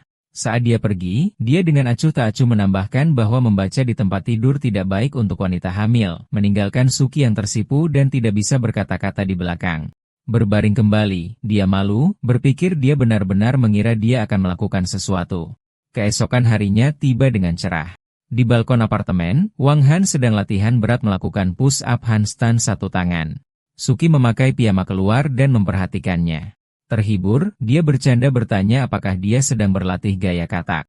Dia mendarat dengan mulus dan mengoreksinya dengan mengatakan itu adalah teknik yang disebut tangan melilit naga, nama yang belum pernah dia dengar. Dia menjelaskan bahwa itu bukan seni bela diri yang mencolok, tetapi teknik membunuh yang asli, sambil menunjukkan beberapa gerakan cepat. Karena penasaran, Suji bertanya mengapa seorang pengantar barang sederhana perlu mempelajari sesuatu yang begitu berbahaya. Wang Han berhenti dan menatapnya, berbagi kebijaksanaan dari ayahnya. Gunakan seni bela diri untuk menghentikan konflik dan melindungi keluargamu. Suki terkesan dan setuju bahwa kata-kata ayahnya bijaksana. Mengubah topik pembicaraan, Wang Han mengatakan dia telah membuat sarapan dan menyiapkan perlengkapan mandi untuknya. Tersentuh, dia berkomentar bahwa dia tidak pernah menyadari bahwa pria sebesar dia bisa begitu perhatian. Dengan seringai percaya diri, dia menjawab, ada banyak hal yang belum dia sadari tentang dirinya. Dia kemudian mengatakan kepadanya bahwa setelah mereka makan, dia harus ikut dengannya ke tempatnya. Dia bingung, bertanya mengapa. Dia menjelaskan bahwa mereka membutuhkan buku pendaftaran rumah tangganya, jika tidak, mereka tidak dapat mendaftarkan pernikahan mereka. Dia kemudian dengan bercanda menggodanya, bertanya apakah dia benar-benar yakin untuk menikahi seorang pengantar barang seperti dia. Terprovokasi, Suki marah, berpikir dia mundur. Dia berteriak bahwa dia tidak takut dan menyuruhnya untuk bergegas agar mereka dapat mendaftarkan pernikahan mereka segera. Saat mereka berjalan ke sepeda motornya, Suki mengemukakan masalah praktis dengan bertanya apakah mereka harus bertemu dengan orang tuanya terlebih dahulu. Wang Han menepisnya dengan mengatakan tidak perlu dan mereka dapat membicarakannya setelah bayi itu lahir. Bingung, Su bertanya mengapa mereka harus menunggu. Dengan senyum licik, Wang Han menjelaskan bahwa dia takut keluarganya tidak akan menyetujuinya. Dia berpikir bahwa begitu bayi itu lahir, keluarganya akan dipaksa untuk menerima situasinya. Mendengar ini, So Chie, dengan tangan di pinggul, dengan sinis bertanya apakah dia menyiratkan bahwa dia menikahi keluarganya. Dia dengan main-main melihatnya dan memuji penampilan, sosok, dan temperamennya, tetapi kemudian menambahkan bahwa latar belakang keluarganya agak kurang. Tersinggung, dia bertanya apakah dia pikir dia lebih dari cukup baik untuknya. Wang Han tertawa, menyuruhnya untuk tidak menganggapnya terlalu serius dan naik ke sepeda motor. Dengan kesal, dia naik di belakangnya. Dia menyuruhnya untuk memegang erat pinggangnya, dan mereka melaju kencang di jalan. Tanpa sepengetahuan mereka, mereka sedang diawasi. Dari tempat tersembunyi, Qin Hao dan seorang bawahan berotot melihat mereka pergi. Bawahan itu berkomentar dengan jijik bahwa wanita jalang itu menghabiskan malam dengan seorang pengantar barang dan bertanya kepada tuan mudanya apa yang harus dilakukan. Wajahnya gelap karena amarah, Qin Hao memberikan perintah brutal. Dia menyuruh anak buahnya untuk membunuh pengantar barang itu dan kemudian membawa wanita jalang itu ke hotel untuknya. Bawahan itu mematahkan buku-buku jarinya dan mengatakan dia akan membawa anak buahnya dan segera mengikuti mereka. Saat Wang Han dan Suki berkendara melalui kota, dia memperhatikan di kaca spionnya bahwa sebuah van putih telah membuntuti mereka. Dia menyadari bahwa mereka sedang diikuti. Berpikir cepat, dia bersandar ke belakang dan memberitahu Suki tentang perubahan rencana. Dia mengatakan bahwa dia harus pulang dulu untuk mengambil barang-barangnya karena dia ada urusan yang harus dijalankan. Tidak menyadari bahaya, dia setuju. Wang Han kemudian mempercepat, menyusuri lalu lintas untuk kehilangan pengejar mereka. Mengikuti rencananya, Wang Han mengantar Suki ke rumah aman. Begitu dia aman di dalam, dia kembali ke sepeda motornya dan melaju kencang, menarik perhatian pengejarnya. Van putih itu segera mengejar, mengikutinya ke lingkungan mewah. Wang Han memimpin mereka dalam pengejaran singkat sebelum berhenti di sebuah villa modern yang besar, lokasi yang sengaja dipilih. Dia menghentikan sepeda motornya dan turun, tampaknya menunggu. Dia melirik ke balkon lantai 2 villa dan melihat seorang pria dengan rambut runcing bersembunyi di sana, memastikan itu adalah penyergapan. Pria di balkon menyadari bahwa dia telah terlihat. Tidak gentar, Wang Han dengan tenang berjalan menuju villa, berpikir bahwa karena musuh-musuhnya berkumpul di sini, sekarang saatnya untuk mengurus mereka semua sekaligus. Dia memasuki rumah kosong yang mewah dan berjalan menaiki tangga. Di sebuah ruangan, sebuah kotak senapan sniper terbuka di atas meja persis seperti yang telah dia atur. Dia mengambil senapan bersupresi, terkesan dengan efisiensi Lin. Namun, perhatiannya tiba-tiba tertangkap oleh sesuatu yang tidak terduga. Dia mendongak dan melihat bra biru tergeletak di tempat tidur terdekat, membuatnya bingung sesaat. Sebelum dia bisa memprosesnya, seorang wanita yang dibungkus handuk berjalan keluar dari kamar yang berdekatan. Itu adalah Lin Suifu, sahabat Suki, yang menjerit ketakutan saat melihat seorang pria asing di kamarnya memegang senapan bertenaga tinggi. Mengenali dia, Lin Suifu dengan marah menuntut untuk mengetahui apa yang dilakukan pengantar barang bau itu di rumahnya, mengingatkannya bahwa dia sedang melanggar wilayah villa keluarga Lin. Tetapi sebelum argumen mereka meningkat, titik laser merah muncul di dahinya. Melihat laser penembak jitu, Wang Han langsung berteriak padanya untuk turun. Tanpa sedetik pun, sebuah peluru menembus jendela. Wang Han menerjang melintasi ruangan, menerjang Lin Suifu yang ketakutan dan menjauhkannya dari jalur peluru tepat pada waktunya. Mereka jatuh di tempat tidur, dan dia meronta melawannya sambil berteriak agar bajingan itu melepaskannya. Dia menahannya dengan kuat, ekspresinya serius, dan dengan tenang memperingatkannya untuk berhenti berteriak, mengatakan kepadanya bahwa jika dia membuat suara lain, dia akan terbunuh. Bangun, Wang Han meraih senapan sniper saat Lin Suifu yang terpana bertanya apa yang terjadi. Dia mengabaikannya, bergerak ke jendela yang pecah dan membidik villa di seberang mereka. Dia menggumamkan ejekan bahwa Hydra tidak boleh memiliki 9 otak dan menembakkan satu tembakan tepat. Peluru itu terbang melintasi halaman dan menemukan sasarannya mengenai penyergap di balkon seberang. Penembak jitu itu terbunuh seketika, merosot ke tanah dengan peluru di kepalanya. Wang Han menurunkan senjatanya dengan hormat kasual, berkomentar dengan kekecewaan bahwa Hydra diurus dengan sangat mudah. Sebelum dia bisa merayakannya, Lin Weifu yang panik meraihnya, menuntut penjelasan untuk senjata di rumahnya. Tetapi pada saat itu, indera Wang Han berkobar saat dia mendeteksi ancaman lain. Sebuah peluru kedua merobek udara, menghancurkan jendela lain dari sudut yang berbeda. Bereaksi dengan kecepatan luar biasa, Wang Han sekali lagi berteriak padanya untuk turun dan melemparkan dirinya ke atasnya, melindunginya dengan tubuhnya. Mereka jatuh ke lantai saat peluru melesat melewati tempat mereka baru saja berdiri, menghantam dinding di belakang mereka. Masih di lantai bersama Lin Suifu, Wang Han menyadari ada lebih banyak penyerang di luar. Berpikir cepat, dia meraih sepotong pakaiannya dari tempat tidur dan melemparkannya ke udara sebagai umpan. Dia secara mental mendaftar lawannya, pembunuh Hydra, preman dari Van, dan penembak jitu baru ini. Dia dengan murah menyimpulkan bahwa dia memiliki beberapa tamu untuk dihadapi hari ini. Umpan itu berhasil. Saat penembak jitu musuh menembak ke arah gerakan itu, Wang Han membidik dengan senapannya sendiri. Lin Suifu yang ketakutan mengawasi dari belakangnya. Dia membalas tembakan dengan peluru kedua dan terakhirnya. Tembakan itu melesat melintasi ruang terbuka dan mengenai penembak jitu lain yang bersembunyi di lokasi berbeda, melumpuhkannya. Seketika, tembakan balasan berat meletus dari lokasi ketiga saat pembunuh lain di atap terdekat melepaskan rentetan tembakan ke jendela mereka. Wang Han meraih Lin Suifu dan menyelam di belakang sofa untuk berlindung saat dinding di belakang mereka dihujani peluru. Terjebak dalam posisi yang membahayakan, dia berteriak dan menyebutnya mesum. Setelah penembakan berhenti, Wang Han dengan tenang memetik salah satu selongsong peluru musuh yang kosong dari dinding. Dia memeriksanya dengan cermat dan mengenali lencana bintang berujung 6 yang unik di dasarnya. Dia mengidentifikasinya sebagai hulu ledak khusus dari organisasi pembunuh Eropa Timur terkenal yang dikenal sebagai Ares. Dia menoleh ke Lin Shuifu yang terguncang dan bertanya kapan dia berhasil memprovokasi orang-orang berbahaya seperti itu. Dia hanya bisa tergagap bahwa dia tidak tahu. Pada saat itu, Wang Han melihat senapannya yang kosong dan mengutuk dirinya sendiri karena ceroboh. Dia hanya meminta 2 peluru dan sekarang kehabisan amunisi. Dia berlutut, bertanya-tanya apa yang harus dilakukan sekarang karena dia tidak bersenjata dan dikelilingi. Tiba-tiba, sebuah ingatan menghantam Lin Shuifu. Dia memberitahu Wang Han bahwa dia mungkin tahu siapa yang berada di balik serangan itu. Dia ingat bahwa beberapa waktu lalu, seorang bos Eropa Timur mencoba membeli teknologi penelitian dari perusahaannya, tetapi dia menolak tawarannya. Wahyu ini memberikan motif yang jelas bagi para pembunuh profesional yang sekarang mencoba membunuhnya. Saat hujan peluru berlanjut, mata Wang Han menyipit.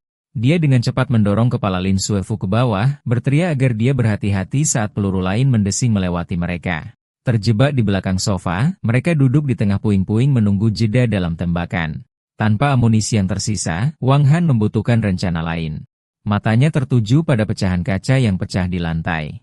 Memutuskan langkah putus asa, dia mengambil sepotong kaca yang tajam. Merebut jeda sesaat dalam penembakan, dia melompat berdiri dan dengan kecepatan luar biasa melemparkan pecahan kaca seperti pisau lempar ke arah posisi penembak jitu terakhir. Proyektil darurat itu menemukan sasarannya dan si pembunuh berteriak kesakitan. Dengan penembak jitu terakhir diturunkan, ancaman langsung berakhir. Wang Han berdiri dan memberitahu Lin Shuifu bahwa dia bisa bangun sekarang karena aman. Akhirnya berdiri, dia menatapnya dengan curiga dan menghadapinya secara langsung. Dia menyatakan pekerjaannya sebagai pengantar barang pasti hanya kedok dan menuntut untuk mengetahui siapa dia sebenarnya. Wang Han dengan dingin menolak pertanyaannya, mengatakan bahwa dia tidak perlu tahu identitasnya. Marah dengan kerahasiaannya, dia mengancam akan memberitahu Suki segalanya, tetapi dia dengan cepat meletakkan jari ke bibirnya untuk membungkamnya. Ekspresinya berubah serius saat dia memperingatkannya untuk diam, menjelaskan bahwa dia mendengar suara di luar. Ekspresi teror melintasi wajah Lin Shuifu saat dia bertanya apakah masih ada lebih banyak musuh. Panik, dia meraihnya dan bertanya apa yang akan mereka lakukan. Dia dengan tenang mengatakan kepadanya untuk tidak khawatir dan bahwa dia akan pergi melihatnya. Sementara itu, di lantai bawah, 3 preman Chin Hao telah memasuki villa yang dipersenjatai dengan parang besar. Salah satu dari mereka mengenali Wang Han dan bertanya-tanya apa yang dilakukan seorang pengantar barang di tempat seperti ini. Pemimpin itu mencemooh, menganggap bahwa dia pasti seorang pencuri biasa. Saat itu, Wang Han muncul di puncak tangga. Dia melihat ke bawah pada penyusup bersenjata dan, dengan lambaian santai, menyapa mereka. Dengan seringai percaya diri, Wang Han dengan tenang bertanya kepada 3 pria bersenjata itu apakah mereka mencarinya. Pemimpin berotot itu mengarahkan pisaunya ke Wang Han mengatakan mereka adalah anak buah saudara Hao yang dikirim oleh Chin Hao. Dia menuduh Wang Han tidur dengan wanita bos mereka, Suki, sementara preman lain dengan tidak sabar mengatakan untuk berhenti berbicara dan patahkan saja kakinya. Sama sekali tidak terpengaruh, Wang Han hanya bertanya apa yang mereka rencanakan untuk dilakukan. Marah dengan kesombongannya, para preman itu menyerbu ke depan sambil berteriak menghina. Pertarungan itu sangat singkat. Wang Han bergerak dengan kecepatan luar biasa, mencegat penyerang pertama dengan tendangan kuat ke wajah yang mematahkan kepalanya ke belakang. Dalam hitungan detik, 2 preman itu tidak sadarkan diri, hanya menyisakan pemimpin mereka yang terpana. Preman berotot itu menatap dengan tidak percaya, bertanya-tanya sejak kapan standar untuk pengantar barang menjadi begitu tinggi dan menyadari bahwa lawannya adalah seorang ahli bela diri terlatih. Menolak untuk menerima kekalahan oleh seorang pengantar barang belaka, dia mengeluarkan teriakan marah dan menyerbu Wang Han dengan parangnya. Wang Han dengan mudah melompati ayunan liar dan, dalam satu gerakan, memberikan tendangan dahsyat ke lengan pria itu. Pukulan itu membuat parang terbang dan menjatuhkan preman itu ke tanah. Dengan semua 3 penyerang dikalahkan, Wang Han berdiri di tengah-tengah mayat yang berserakan. Lin Shuifu, yang menyaksikan pertarungan dari puncak tangga, akhirnya mengeluarkan teriakan ketakutan. Suara itu memperingatkan pemimpin yang jatuh yang, meskipun dipukuli, masih sadar. Marah dengan teriakannya, dia berjuang untuk berdiri dan melihat sebuah kesempatan, menerjang ke arah Lin Shuifu yang tak berdaya. Sebelum dia dapat bereaksi, dia meraihnya dan menempelkan pisaunya ke lehernya, menyanderanya. Dia melotot ke arah Wang Han, mengancam akan membunuhnya jika dia mengambil langkah lain. Lin Shuifu yang ketakutan memperingatkannya bahwa kakeknya tidak akan mengampuninya jika dia berani menyakitinya. Namun, Wang Han tetap sangat tenang. Dia melihat preman itu dan, dengan kurangnya emosi yang mengerikan, hanya menyuruhnya untuk maju dan melakukannya. Mengabaikan pisau di tenggorokan Lin Suefu, Wang Han berjalan perlahan menuju preman yang panik itu mengejeknya dan bertanya mengapa dia belum menindaklanjuti ancamannya. Saat Wang Han melanjutkan gerakannya yang tak henti-hentinya, dia dengan dingin bertanya apakah pria itu terlalu takut. Preman itu, berkeringat dan ketakutan, berteriak padanya untuk berhenti. Dalam gerakan yang kabur, Wang Han menutup jarak dalam sekejap. Sebelum preman itu dapat bereaksi, Wang Han menangkap sisi datar bilah pedang di antara ibu jari dan telunjuknya, menghentikan senjata itu sepenuhnya. Dia menatap preman itu dengan jijik dan bertanya apakah dia benar-benar berpikir dia cukup terampil untuk mengacungkan pedang di depannya. Preman itu terkejut dengan kekuatan Wang Han yang mustahil, menyadari dengan ngeri bahwa dia sama sekali tidak dapat menggerakkan pedang itu. Wang Han terus mengejeknya, bertanya lagi mengapa dia tidak segera bergerak. Kemudian dengan jentikan jarinya yang sederhana, dia menghancurkan bilah baja, mengirim pecahan logam beterbangan saat preman dan Lin Shuifu menatap dengan tak percaya. Sebelum preman itu dapat pulih, Wang Han meraih tenggorokannya, mengangkatnya dari tanah. Dia bertanya apakah udang busuk seperti dia bahkan layak untuk melawannya. Tersedak, preman itu mencoba menyelamatkan dirinya dengan terengah-engah bahwa dia adalah anggota perkumpulan naga hitam yang kuat. Wang Han tidak terkesan, dengan meremehkan bertanya, jadi kenapa, sebelum membanting kepala pria itu ke lantai, membuatnya tidak sadarkan diri. Namun, preman itu tiba-tiba pulih dan mencoba taktik baru. Dia merangkak berdiri, memohon Wang Han untuk tidak menempuh jalan kejahatan. Permohonan aneh ini tidak berpengaruh. Wang Han memberikan injakan brutal ke wajah pria itu, menyebabkan dia berteriak kesakitan saat darah menyembur dari mulutnya. Benar-benar hancur, preman itu memohon ampun. Dia memohon Wang Han untuk berhenti, mengarang cerita tentang memiliki ibu berusia 80 tahun.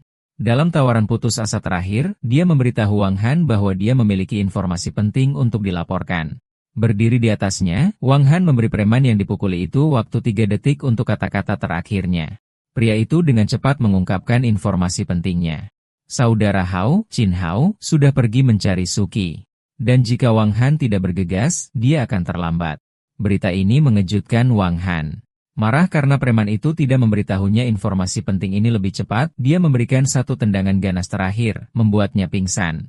Saat itu, mereka mendengar ketukan keras di pintu. Sebuah suara dari luar mengumumkan bahwa mereka adalah polisi.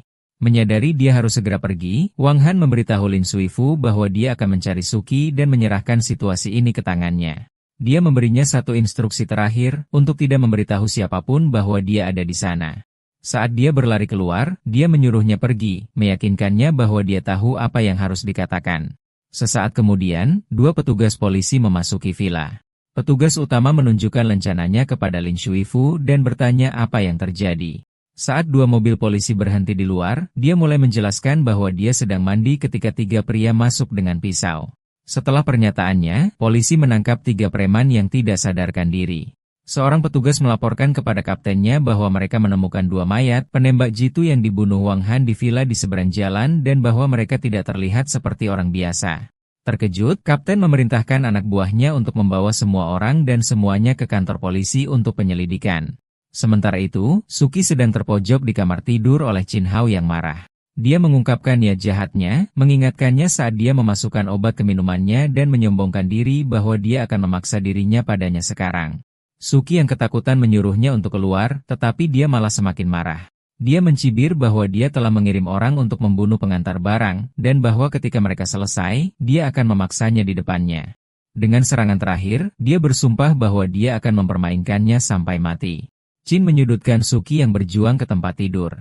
Dia menyuruhnya untuk melepaskan, tetapi dia mengejeknya, mengatakan dia bisa berteriak sepuasnya karena tidak ada yang akan menyelamatkannya. Dia menambahkan dengan seringai sinis bahwa pengantar barang itu sibuk dengan masalahnya sendiri dan bahwa hari ini, dia akan memaksa dirinya padanya. Tepat saat dia mendekat, sebuah tamparan keras terdengar di wajahnya, membuat giginya terlempar. Qin Hao terlempar ke seberang ruangan, mendarat dalam tumpukan. Di ambang pintu berdiri Wang Han, yang menatap pria yang jatuh itu dan dengan dingin menyatakan bahwa dia pasti sudah lelah hidup untuk berani menyentuh wanitanya. Berjuang untuk berlutut dan memegangi wajahnya yang memar, Qin Hao dengan marah bertanya kepada pengantar barang itu apakah dia tahu siapa ayahnya. Tidak terkesan, Wang Han mengatakan kepadanya bahwa tidak peduli siapa ayahnya, dia akan membayar karena memiliki putra seperti dia. Marah, Qin Hao bangkit, berteriak bahwa ayahnya adalah Qin Gang, orang terkaya di kota Jiangning, dan bahwa menentangnya adalah hukuman mati. Dia kemudian menerjang ke depan untuk menyerang. Wang Han dengan mudah menghindari serangan ceroboh itu dan memberikan tendangan keras, menganggapnya sebagai pecundang. Pukulan itu membuat Qin Hao terbang ke sepotong furnitur, membuatnya benar-benar pingsan.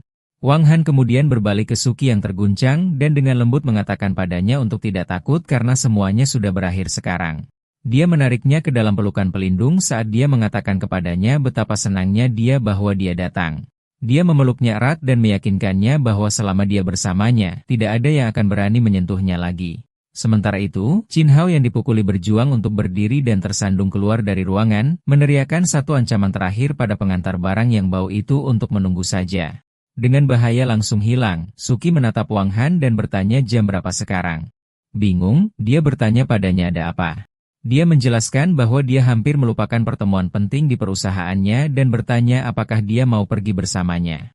Dengan senyum hangat, Wang Han setuju tanpa ragu, berjanji dia akan menemaninya kemana saja. Suki dan Wang Han tiba dengan mobil sport merah di sebuah gedung perusahaan modern yang besar. Saat mereka keluar, seseorang menyapa Suki, mengatakan kepadanya bahwa Presiden Liu sudah menunggu di ruang konferensi. Mereka masuk, dan Suki meminta maaf kepada seorang wanita berjas bisnis karena terlambat. Wanita itu, Presiden Liu, tidak lain adalah asisten Wang Han, Liu Yu. Dia terkejut melihatnya dan hampir menyapanya sebagai tuan muda, tetapi dia dengan cepat menghentikannya dengan isyarat. Berpikir cepat, Wang Han merangkulnya dan berpura-pura mereka adalah teman sekelas lama. Ini mengejutkan Suki, yang tidak percaya Wang Han dan Presiden Liu yang kuat saling mengenal. Suki berkomentar tentang kebetulan itu, dan Liu Yu dengan gugup setuju saat dia diundang untuk duduk. Dengan semua orang duduk, Liu Yu bersiap untuk mulai bekerja, dan Suki setuju untuk memulai. Namun, tepat saat mereka akan memulai, pintu terbuka. Kakek Suki, ayahnya, dan dua pria lain dari keluarga Su masuk, menjilat Presiden Liu dan mengungkapkan betapa terhormatnya mereka. Mereka bersikeras bahwa untuk proyek yang begitu penting, mereka tidak mungkin ceroboh. Suki yang terkejut bertanya kepada kakeknya mengapa dia ada di sana, dan Liu Yu dengan sopan menyapanya. Kakek menjelaskan bahwa dia sangat gembira dengan proyek distrik baru sehingga dia bergegas ke sana. Sikap ramahnya lenyap ketika dia melihat Wang Han. Dia dengan marah bertanya kepada Suki mengapa dia membawa orang luar ke pertemuan penting seperti itu. Suji mempertahankan pendiriannya, mengingatkan kakeknya bahwa karena dia yang bertanggung jawab atas proyek tersebut, adalah haknya untuk memutuskan siapa yang dia bawa. Ini membuat ayahnya marah, Su Jiangye, yang membentaknya, menanyakan kapan gilirannya untuk berbicara atas nama perusahaan. Dia meremehkannya, mengatakan bahwa dia tidak memiliki kualifikasi dan memerintahkannya untuk menyerahkan kursinya kepada saudaranya dan pergi menuangkan air untuk Presiden Liu. Pada saat itu, seorang pemuda yang menyeringai maju dan memperkenalkan dirinya sebagai Sulei. Dia menyuruh Presiden Liu untuk membahas proyek itu dengannya, menolak Suki dengan mengatakan bahwa dia tidak punya hak suara. Suki mencoba untuk memprotes kepada kakeknya bahwa proyek itu diberikan kepadanya, tetapi ayahnya memotongnya lagi, membentaknya untuk menuangkan air. Akhirnya, pria lain, Paman Suki, Su Jinjong, memberikan pukulan terakhir. Dia dengan sombong memberitahu Suki bahwa mulai sekarang, semua urusan perusahaan harus diserahkan kepada Sulei, mengingatkannya bahwa dia akan segera menikah dan harus memahami tempatnya. Saat keluarga Su mencoba untuk menyingkirkan Suki, Wang Han akhirnya angkat bicara. Dengan tangan bersedekap dan tatapan tajam, dia bertanya kepada mereka apa yang mereka pikir sedang mereka lakukan, mengingatkan mereka bahwa proyek itu awalnya diberikan kepada Suki. Ini membuat kakek Suki marah, yang membentak Wang Han untuk diam dan mempertanyakan hak apa yang dia miliki untuk berbicara. Sula ikut bergabung dengan tatapan sombong, mengejek Suki karena memiliki pengantar barang sebagai pacar. Dia kemudian memberitahu kakeknya bahwa dia mendengar dia juga hamil dengan anak pria ini. Wahyu itu membuat kakek itu marah. Dia menunjuk ke Wang Han dan memerintahkan Suki untuk segera mengeluarkan sampah kelas rendah ini, menyatakan bahwa dia dan anjingnya dilarang dari perusahaan. Suki melompat untuk membela Wang Han, berargumen bahwa tidak masalah apa yang dia lakukan karena dia mendapatkan uangnya dengan jujur, dan kakeknya tidak punya hak untuk menghinanya. Pembangkangannya hanya membuat orang tua itu semakin marah. Melihat situasinya tidak ada harapan, Wang Han berdiri untuk pergi bersama Suki. Dia memberitahu keluarganya bahwa mereka tidak tahu malu dan mengulangi kondisinya. Proyek ini hanya dapat ditangani oleh Suki. Kakek itu menghadapinya menuntut untuk mengetahui hak apa yang dimiliki seorang pengantar barang untuk membuat tuntutan. Alih-alih menjawab, Wang Han beralih ke Liu Yu yang gugup. Dia dengan lancar menyapanya sebagai teman sekelas lamanya dan memintanya untuk membantunya. Dia menyatakan bahwa Suki adalah tunangannya, dan proyek itu harus diberikan hanya kepadanya. Di bawah tatapannya yang memerintah, Liu Yu dengan enggan setuju. Sulei terkejut dan mencoba berdebat, memberitahu Presiden Liu bahwa Suki tidak bertanggung jawab dan tidak tahu apa-apa tentang perusahaan, bersikeras bahwa dia akan menjadi pilihan yang lebih baik. Tetapi Liu Yu mengikuti perintah Wang Han, mengabaikannya dan berbicara langsung kepada kakek. Dia menyatakan bahwa perusahaannya hanya akan bekerja dengan Suki. Jika keluarga Su tidak dapat menyetujui, mereka akan mencari mitra lain. Kakek itu tertegun dan meminta untuk berbicara dengan bosnya. Liu Yu memberikan pukulan telak terakhir. Dia memberitahu dia bahwa dia memiliki wewenang penuh dan bahwa dia, sang patriark, tidak memenuhi syarat untuk bertemu dengan bosnya. Kata-kata kasar itu membuat lelaki tua itu berkeringat dan benar-benar tidak bisa berkata-kata, benar-benar dikalahkan dan dipermalukan di depan keluarganya. Benar-benar dikalahkan, ayah Suki, Su Jiangye, dengan cepat mengubah nada bicaranya. Dia memberitahu Presiden Liu untuk tidak marah dan meyakinkannya bahwa mereka akan memenuhi tuntutannya, setuju untuk menempatkan Suki sebagai penanggung jawab. Ayah mertuanya setuju, mengatakan bahwa selama mereka mendapatkan kemitraan, tidak apa-apa jika Suki yang melakukannya. Puas, Liu Yu menyatakan bahwa mereka akan menandatangani kontrak hari ini. Sekarang memegang kendali, Liu Yu berdiri di samping Suki dan menyuruh anggota keluarga Su lainnya pergi. Dia memberitahu mereka bahwa dia dan Suki perlu membahas rincian kontrak secara pribadi dan bahwa mereka bisa pergi. Tanpa kekuatan untuk menolak, Su Jianye hanya bisa setuju, dan dia membantu ayah mertuanya yang terpana keluar dari ruangan. Saat para pria yang kala itu keluar, Sulei mencoba memprotes kepada ayahnya, tetapi dia dengan cepat dibungkam dan diusir. Begitu mereka pergi, Wang Han mengawasi pintu tertutup dengan seringai, berpikir betapa bodohnya mereka dan bagaimana mereka mendatangkan penghinaan pada diri mereka sendiri. Liu Yu kemudian secara profesional menyerahkan kontrak kepada Suki untuk ditinjau. Sementara itu, di sebuah kantor di tempat lain, Sulei yang marah menghadapi ayahnya, Su Jianye, menuntut untuk tahu bagaimana dia bisa membiarkan jalan itu. Suki bertanggung jawab. Su Jianjiang duduk dengan tenang di mejanya, menyuruhnya untuk tidak khawatir, meyakinkannya bahwa dia punya rencana. Ketika Sulei mencoba meminta paman mereka, Su Jianjiang, untuk pergi, ayahnya menghentikannya, menyatakan bahwa mereka semua berada di pihak yang sama. Dia kemudian mengungkapkan rahasia keluarga yang mengejutkan. Suki bukanlah putri kandungnya. Baik Sulei dan Su Jianjiang tertegun. Su Jianjiang bertanya apakah saudara iparnya berselingkuh darinya, tetapi Su Jianye mengklarifikasi kebenarannya. Dia menjelaskan bahwa istrinya, Yang Huimin, tidak dapat memiliki anak, jadi mereka mengadopsi Suki. Dia kemudian mengeluh bahwa dia sekarang telah mempermalukan keluarga dengan terlibat dengan seorang pengantar barang. Su Jianzhong yang berpikir bertanya siapa orang tua kandung Suki. Su hanya menepis pertanyaan itu, mengatakan dia tidak tahu dan berasumsi mereka sudah lama meninggal, tidak meninggalkan apapun selain liontin giok yang tidak berharga. Tidak sabar, Sulei menyela, ingin mendengar rencana ayahnya. Dengan seringai jahat, Su Zhanjiang mengungkapkan rencananya. Dia menyuruh mereka untuk menunggu dan membiarkan Suki mengambil alih proyek untuk saat ini. Begitu dia melakukan kerja keras, dia punya cara untuk merebutnya darinya. Memahami plotnya, Sulei setuju dengan senyum licik yang percaya diri. Berpakaian jas dengan sebatang rokok, Wang Han mendekati dua penjaga keamanan yang bertugas dan meminta korek api. Seorang penjaga yang lebih gemuk menawarkan korek api. Memperhatikan pakaian formal Wang Han, penjaga itu berasumsi dia ada di sana untuk wawancara, tetapi Wang Han mengatakan tidak. Karena penasaran, penjaga itu kemudian bertanya apa yang dia lakukan di sana. Dengan sangat santai, Wang Han mengungkapkan bahwa dia adalah seorang pengantar barang. Kedua penjaga itu tertawa terbahak-bahak, salah satu dari mereka bercanda bahwa pengantar barang dan penjaga keamanan adalah musuh abadi. Wang Han terkekeh, tetapi kemudian dia memperhatikan kedua penjaga itu menjadi serius dan berdiri tegak, jadi dia bertanya apa yang terjadi. Tiba-tiba, para penjaga berdiri tegak. Yang satu memberitahu yang lain bahwa Presiden Su telah tiba. Penjaga yang lebih gemuk menjelaskan dengan kekaguman bahwa Presiden Su adalah wanita tercantik di perusahaan dan bahwa melihatnya setiap hari memberinya motivasi untuk bekerja. Wang Han mencemooh mereka karena begitu bersemangat karena seorang wanita. Jengkel, penjaga itu menyuruhnya untuk tidak bertingkah begitu tinggi dan perkasa, mengingatkannya bahwa sebagai pengantar barang, dia tidak lebih baik dari mereka. Pada saat itu, seorang Suki yang elegan muncul. Kedua penjaga menyapanya dengan penuh semangat dan hormat sebagai Presiden Su. Dia mengakui kerja keras mereka dan mengatakan dia akan mengambil mobilnya. Saat Suki berjalan menuju mobil sport merahnya, penjaga yang lebih gemuk sangat gembira, membual kepada rekannya bahwa Presiden Su berbicara kepadanya. Wang Han, menyaksikan ini, bertanya apakah reaksi sebesar itu diperlukan. Penjaga itu mendekati Wang Han dan meletakkan lengan di bahunya dengan menggurui. Dia menawarkan beberapa saran, mengatakan kepadanya bahwa bahkan sebagai pengantar barang, tetap penting untuk memiliki mimpi. Saat itu, Suki berhenti di samping mereka dengan mobil sport merahnya yang mencolok. Dari kursi pengemudi, dia menatap Wang Han dan menyuruhnya masuk.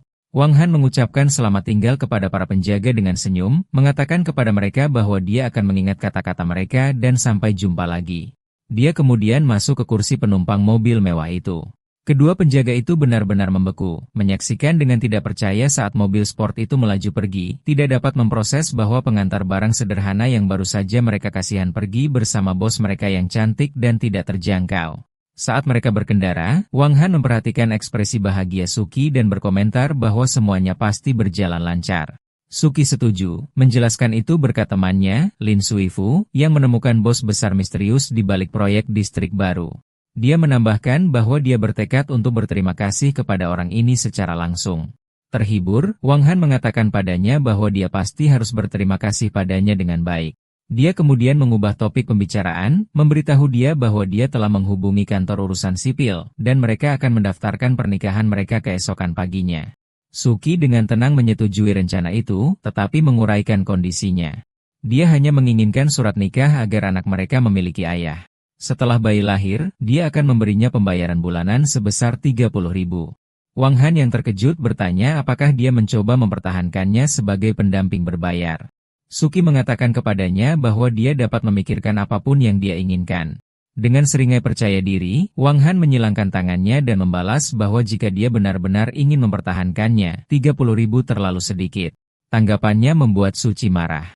Dia mengatakan kepadanya untuk tidak mendorong keberuntungannya, mempertanyakan berapa banyak yang mungkin diperoleh seorang pengantar barang dalam sebulan dan menyiratkan 30.000 lebih dari cukup. Dalam frustrasinya, dia menginjak pedal gas, dan mobil sport merah itu melaju kencang di City Street. Mereka segera tiba di pintu masuk kompleks perumahan modern kelas atas. Setelah parkir, Wang Han keluar dan bersandar di pintu, menggoda Su bahwa dia tampaknya tahu rutenya dengan baik dan telah menghafal jalan ke rumahnya. Kesal, dia menjawab bahwa dengan GPS, dia bisa pergi kemana saja. Saat mereka berjalan melalui kompleks, ponsel Wang Han mulai berdering. Dia menyuruh Suki menunggu sebentar karena dia harus menerima telepon. Wang Han menjawab, dengan santai bertanya pada orang tua di ujung sana apa yang terjadi. Orang itu memberitahunya bahwa pengiriman telah disita oleh Black Dragon Society, dan dia perlu menanganinya. Penelepon juga menyebutkan sebuah kartu telah ditinggalkan di depan pintunya untuk membantu mengatasi masalah tersebut. Wang Han dengan percaya diri setuju, berjanji untuk mengurus semuanya pada siang hari berikutnya. Penelepon kemudian tiba-tiba mengubah topik pembicaraan, menanyakan apakah dia mendengar dengan benar bahwa Wang Han akan menikah. Pertanyaan ini mengejutkan dan membuat marah Wang Han, yang menuntut untuk mengetahui siapa yang membocorkan informasi tersebut. Orang tua itu mengungkapkan bahwa Lin Qingyuan memberitahunya dan menuduh Wang Han mencoba menikah tanpa izin. Dia melanjutkan ocehannya, mempertanyakan mengapa Wang Han akan melewati banyak pewaris kaya untuk seorang gadis dari keluarga Xiao yang kecil. Wang Han mencoba meredakan dan menjelaskan. Namun, orang tua itu memotongnya dengan mengatakan tidak perlu penjelasan.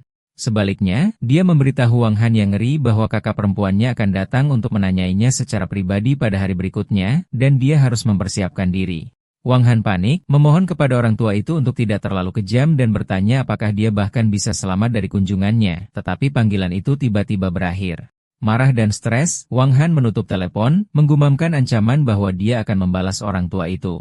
Memperhatikan keadaannya yang gelisah, Suki mendekat dan bertanya apa yang terjadi. Dengan cepat menyembunyikan kekacauannya, Wang Han meyakinkannya bahwa itu bukan apa-apa. Dia meletakkan lengan yang meyakinkan di bahunya dan mengatakan padanya sudah waktunya untuk pulang. Mereka berjalan kembali ke apartemennya, memasuki ruang tamu modern. Begitu masuk, Suki melihat sebuah kartu putih di meja kopi dan bertanya apa itu. Wang Han dengan santai menjelaskan itu hanyalah kartu hadiah yang dimaksudkan untuk orang lain. Mengubah topik pembicaraan, dia melepas jaketnya dan menyarankan dia pasti lapar, menawarkan untuk memasak. Suci diam-diam setuju. Saat dia menuju ke dapur, Suki duduk di sofa sambil memegang jaketnya. Senyum kecil yang puas terbentuk di wajahnya saat dia berpikir bahwa memiliki pria simpanan di rumah sebenarnya cukup menyenangkan. Di apartemennya, Wang Han, mengenakan celemek, menyuruh Suki untuk duduk dan dia akan segera selesai memasak. Dia berterima kasih padanya. Saat dia menuju ke dapur, dia dengan bercanda berkomentar bahwa itu tidak masalah bagi istri dan anaknya, menambahkan bahwa dia, bagaimanapun, adalah seorang suami rumah tangga yang dipelihara. Komentarnya membuat Suki terdiam, dan dia duduk di sofa dengan senyum geli samar. Keesokan harinya, adegan beralih ke biro urusan sipil Jiangning. Wang Han dan Suki berjalan keluar dari gedung, masing-masing memegang surat nikah merah. Wang Han dengan bangga menyatakan bahwa mulai sekarang, dia secara resmi adalah seorang pria yang sudah menikah. Suki dengan bercanda menggodanya, menanyakan rencananya untuk hari itu dan apakah dia akan mengantarkan makanan.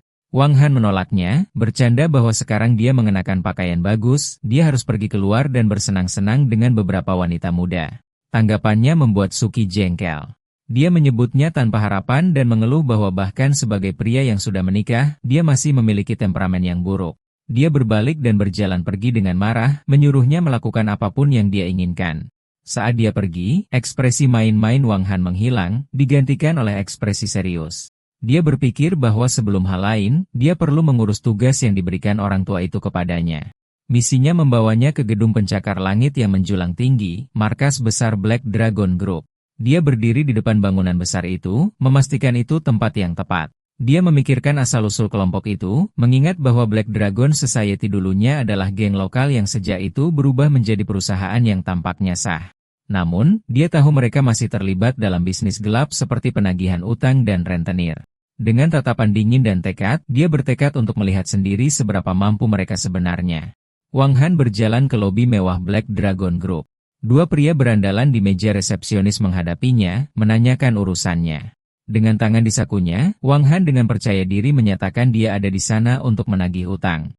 Preman berambut panjang itu salah paham, mengira Wang Han adalah seorang klien. Dia mengatakan dia telah datang ke tempat yang tepat karena penagihan utang adalah salah satu layanan mereka.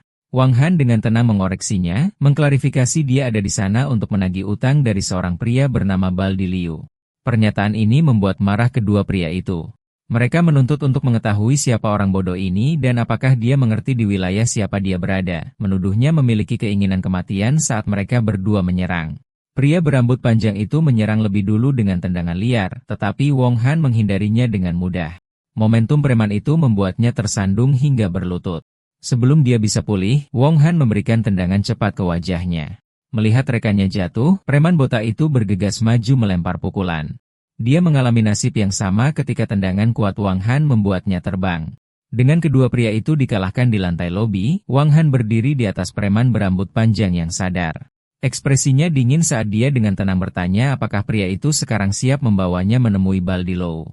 Adegan beralih ke kantor mewah tempat Baldi Lou, kepala kelompok naga hitam, bersantai.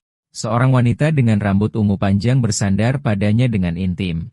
Dia dengan main-main menjilat setetes anggur merah dari dadanya. Dia bertanya apakah rasanya enak, dan dia menjawab bahwa itu memiliki banyak rasa. Dengan seringai puas, Baldi Lou mengatakan kepadanya bahwa jika dia menyukainya, dia bisa minum lebih banyak, menjanjikan untuk memberinya makan sampai dia kenyang nanti. Dia dengan main-main menyebutnya nakal. Momen mereka hancur ketika pintu kantor terbuka dengan keras. Seorang pria bertato bernama Wenlong bergegas masuk, panik, dan berteriak bahwa seseorang telah masuk, marah dengan gangguan itu. Baldi Liu berteriak pada Wenlong karena tidak mengetuk, bertanya apakah dia tidak bisa melihat dia sedang sibuk. Dia dengan marah menyatakan ini adalah wilayahnya dan mempertanyakan siapa yang berani menerobos masuk. Wenlong tergagap, mencoba menjelaskan, tetapi sebelum dia bisa selesai, sebuah tubuh terbang melalui ambang pintu. Pria itu, salah satu preman dari lobi, menabrak keras ke lantai di depan meja Baldi Liu, meninggalkan bos dan wanita itu tertegun. Keterkejutannya berubah menjadi amarah. Baldi Liu melompat berdiri, mengeluarkan pistol. Dia mengarahkannya ke pintu dan berteriak, menuntut untuk mengetahui anjing mana yang berani menyerbu wilayahnya. Mengikuti preman itu, sebuah benda hitam terbang melalui ambang pintu. Itu adalah kartu hiasan berat yang tertanam dengan bunyi gedebuk tajam di meja di depan Baldi Liu yang tertegun. Masih memegang pistolnya, dia dengan hati-hati mengambilnya. Ekspresinya bergeser dari kemarahan menjadi teror murni saat dia mengenali lencana itu dan berteriak, mengidentifikasinya sebagai kartu hitam dari Asosiasi 10 Hebat. Dari lantai, preman yang dipukuli, Wenlong, mendongak dengan kebingungan, bertanya apa itu Asosiasi 10 Hebat dan mengetahui itu adalah organisasi yang menakutkan yang terdiri dari 10 bos dunia bawah yang kuat. Pada saat itu, Wang Han melangkah ke kantor. Dia melihat ke bawah dengan ekspresi tenang dan merendahkan dan berkomentar bahwa dia terkejut mereka bahkan pernah mendengar tentang asosiasi tersebut. Melihat Wang Han membuat Baldi Liu sadar dan ketakutan. Dia berteriak memanggil Tuan Muda ke-9, akhirnya mengerti siapa yang datang mencarinya. Karena kaget, dia mundur dan kehilangan ketenangannya. Saat Wang Han dengan tenang masuk ke kantor, dia berkomentar bahwa mengesankan ada yang masih mengingat namanya karena dia sudah lama keluar dari dunia hitam. Tanpa ragu, Baldi Liu berlutut, menundukkan kepalanya sebagai tanda menyerah. Dia bertanya perintah apa yang Tuan Muda ke-9 punya untuknya. Dalam pertunjukan perubahan kekuasaan yang mengejutkan, bos geng yang berlutut itu dengan hormat menyodorkan korek api untuk Wang Han, yang dengan tenang menyalakan rokok. Setelah menghisap rokok, Wang Han langsung ke intinya, menyebutkan bahwa dia mendengar Baldi Liu baru-baru ini menyita kiriman barang. Panik, pria yang berlutut itu bersikeras bahwa itu pasti kesalahpahaman. Wang Han menatapnya dengan ekspresi dingin, berkomentar bahwa dia mengagumi keberaniannya karena berani mencuri dari Asosiasi 10 Hebat. Sambil berpura-pura menyerah, Baldi Liu berjanji akan segera mengembalikan barang-barang itu. Namun, dia diam-diam meraih pistol yang terselip di ikat pinggangnya, bersiap untuk melakukan gerakan nekat. Menyadari tipuan itu, Wang Han tetap tidak terpengaruh. Dia melihat ke arah bos geng itu dan memberikan peringatan yang mengerikan, bertanya apakah dia pernah mendengar pepatah, ketika kartu hitam muncul, bahkan dewa dan hantu pun akan tunduk. Terdesak, Baldi Liu melompat berdiri, mengarahkan pistolnya ke Wang Han. Dia berteriak bahwa karena Tuan Muda ke-9 tidak memberinya jalan keluar, dia tidak boleh disalahkan karena kejam. Namun, sebelum dia bisa menembak, Wang Han bergerak dengan kecepatan yang luar biasa. Dia menjentikan rokoknya yang masih menyala ke udara. Benda kecil itu mengenai pistol saat Baldi Liu menarik pelapuknya, membelokkan tembakan. Wang Han dengan tenang menyatakan bahwa dia tidak suka ditodong dengan senjata. Dengan ancaman yang dinetralkan, Wang Han mengambil kartu hitam dari meja. Dia mengangkatnya dan menyampaikan pernyataan dingin yang menyatakan bahwa semua orang yang pernah menodongkan senjata kepadanya sekarang sudah mati. Dalam satu gerakan cepat, dia menggunakan sisi tajam kartu itu sebagai pisau, mengirisnya di leher Baldi Liu dalam serangan mematikan yang cepat. Bos geng itu roboh ke lantai, mati. Pemandangan mengerikan itu membuat wanita berambut ungu itu berteriak ketakutan sementara preman bertato, Wenlong, menatap tubuh bosnya yang jatuh dengan kaget. Keributan itu menarik anggota geng lainnya ke ambang pintu. Mereka membeku, berteriak tak percaya bahwa bos mereka telah dibunuh. Mengabaikan kekacauan, Wang Han meraih Wenlong yang ketakutan. Dia memberinya dua pilihan, menyerahkan barang-barang itu dan menjadi bos baru, atau menyerahkan barang-barang itu dan bergabung dengan Baldi Liu dalam kematian. Dihadapkan dengan ultimatum ini, Wenlong membuat keputusannya secara instan. Dia dan semua preman lainnya segera menundukkan kepala mereka sebagai tanda menyerah, menjanjikan kesetiaan yang tak tergoyahkan kepada Tuan Muda ke-9 dan menyangkal segala hubungan dengan tindakan mantan bos mereka. Puas, Wang Han menerima janji mereka dan dengan tenang memerintahkan seseorang untuk membawanya ke kirimannya. Misinya sekarang selesai. Di luar markas besar kelompok naga hitam yang megah, sebuah mobil berhenti. Chin Hao keluar didampingi oleh seorang preman dengan kruk yang dibalut perban tebal. Bawahannya dengan gugup menasihati bosnya untuk berhati-hati, memperingatkan bahwa Wang Han tidak boleh dianggap enteng. Namun, Chin Hao, yang diliputi amarah, menolak nasihat itu, menyatakan bahwa dia akan membunuh Wang Han hari ini apapun yang terjadi. Dia menyerbu menuju pintu masuk, berteriak bahwa dia ada di sana untuk menemui bos dari perkumpulan naga hitam. Dengan wajah yang dipenuhi amarah, dia bersumpah bahwa selama bos geng itu, Liu Tua, menyingkirkan pria pengantar barang yang bau itu untuknya, dia bersedia membayar berapapun harganya. Sementara itu, di dalam kantor, hierarki baru sedang dibentuk. Wang Han berdiri di depan anggota geng yang berkumpul dan menunjuk Wenlong sebagai pemimpin baru. Dia menyatakan Wenlong sekarang bertanggung jawab atas kelompok naga hitam dan menjanjikan masa depan yang sejahtera kepada siapapun yang mengikutinya. Anggota geng lainnya dengan cepat menerima ini, menyapa pemimpin baru mereka dengan hormat. Tepat ketika tatanan baru diselesaikan, Chin Hao menerobos masuk ke kantor sambil berteriak mencari Liu Tua. Dia melihat sekeliling ruangan, yang sekarang berada di bawah manajemen baru, dan dengan marah menuntut untuk mengetahui di mana bos lama itu berada.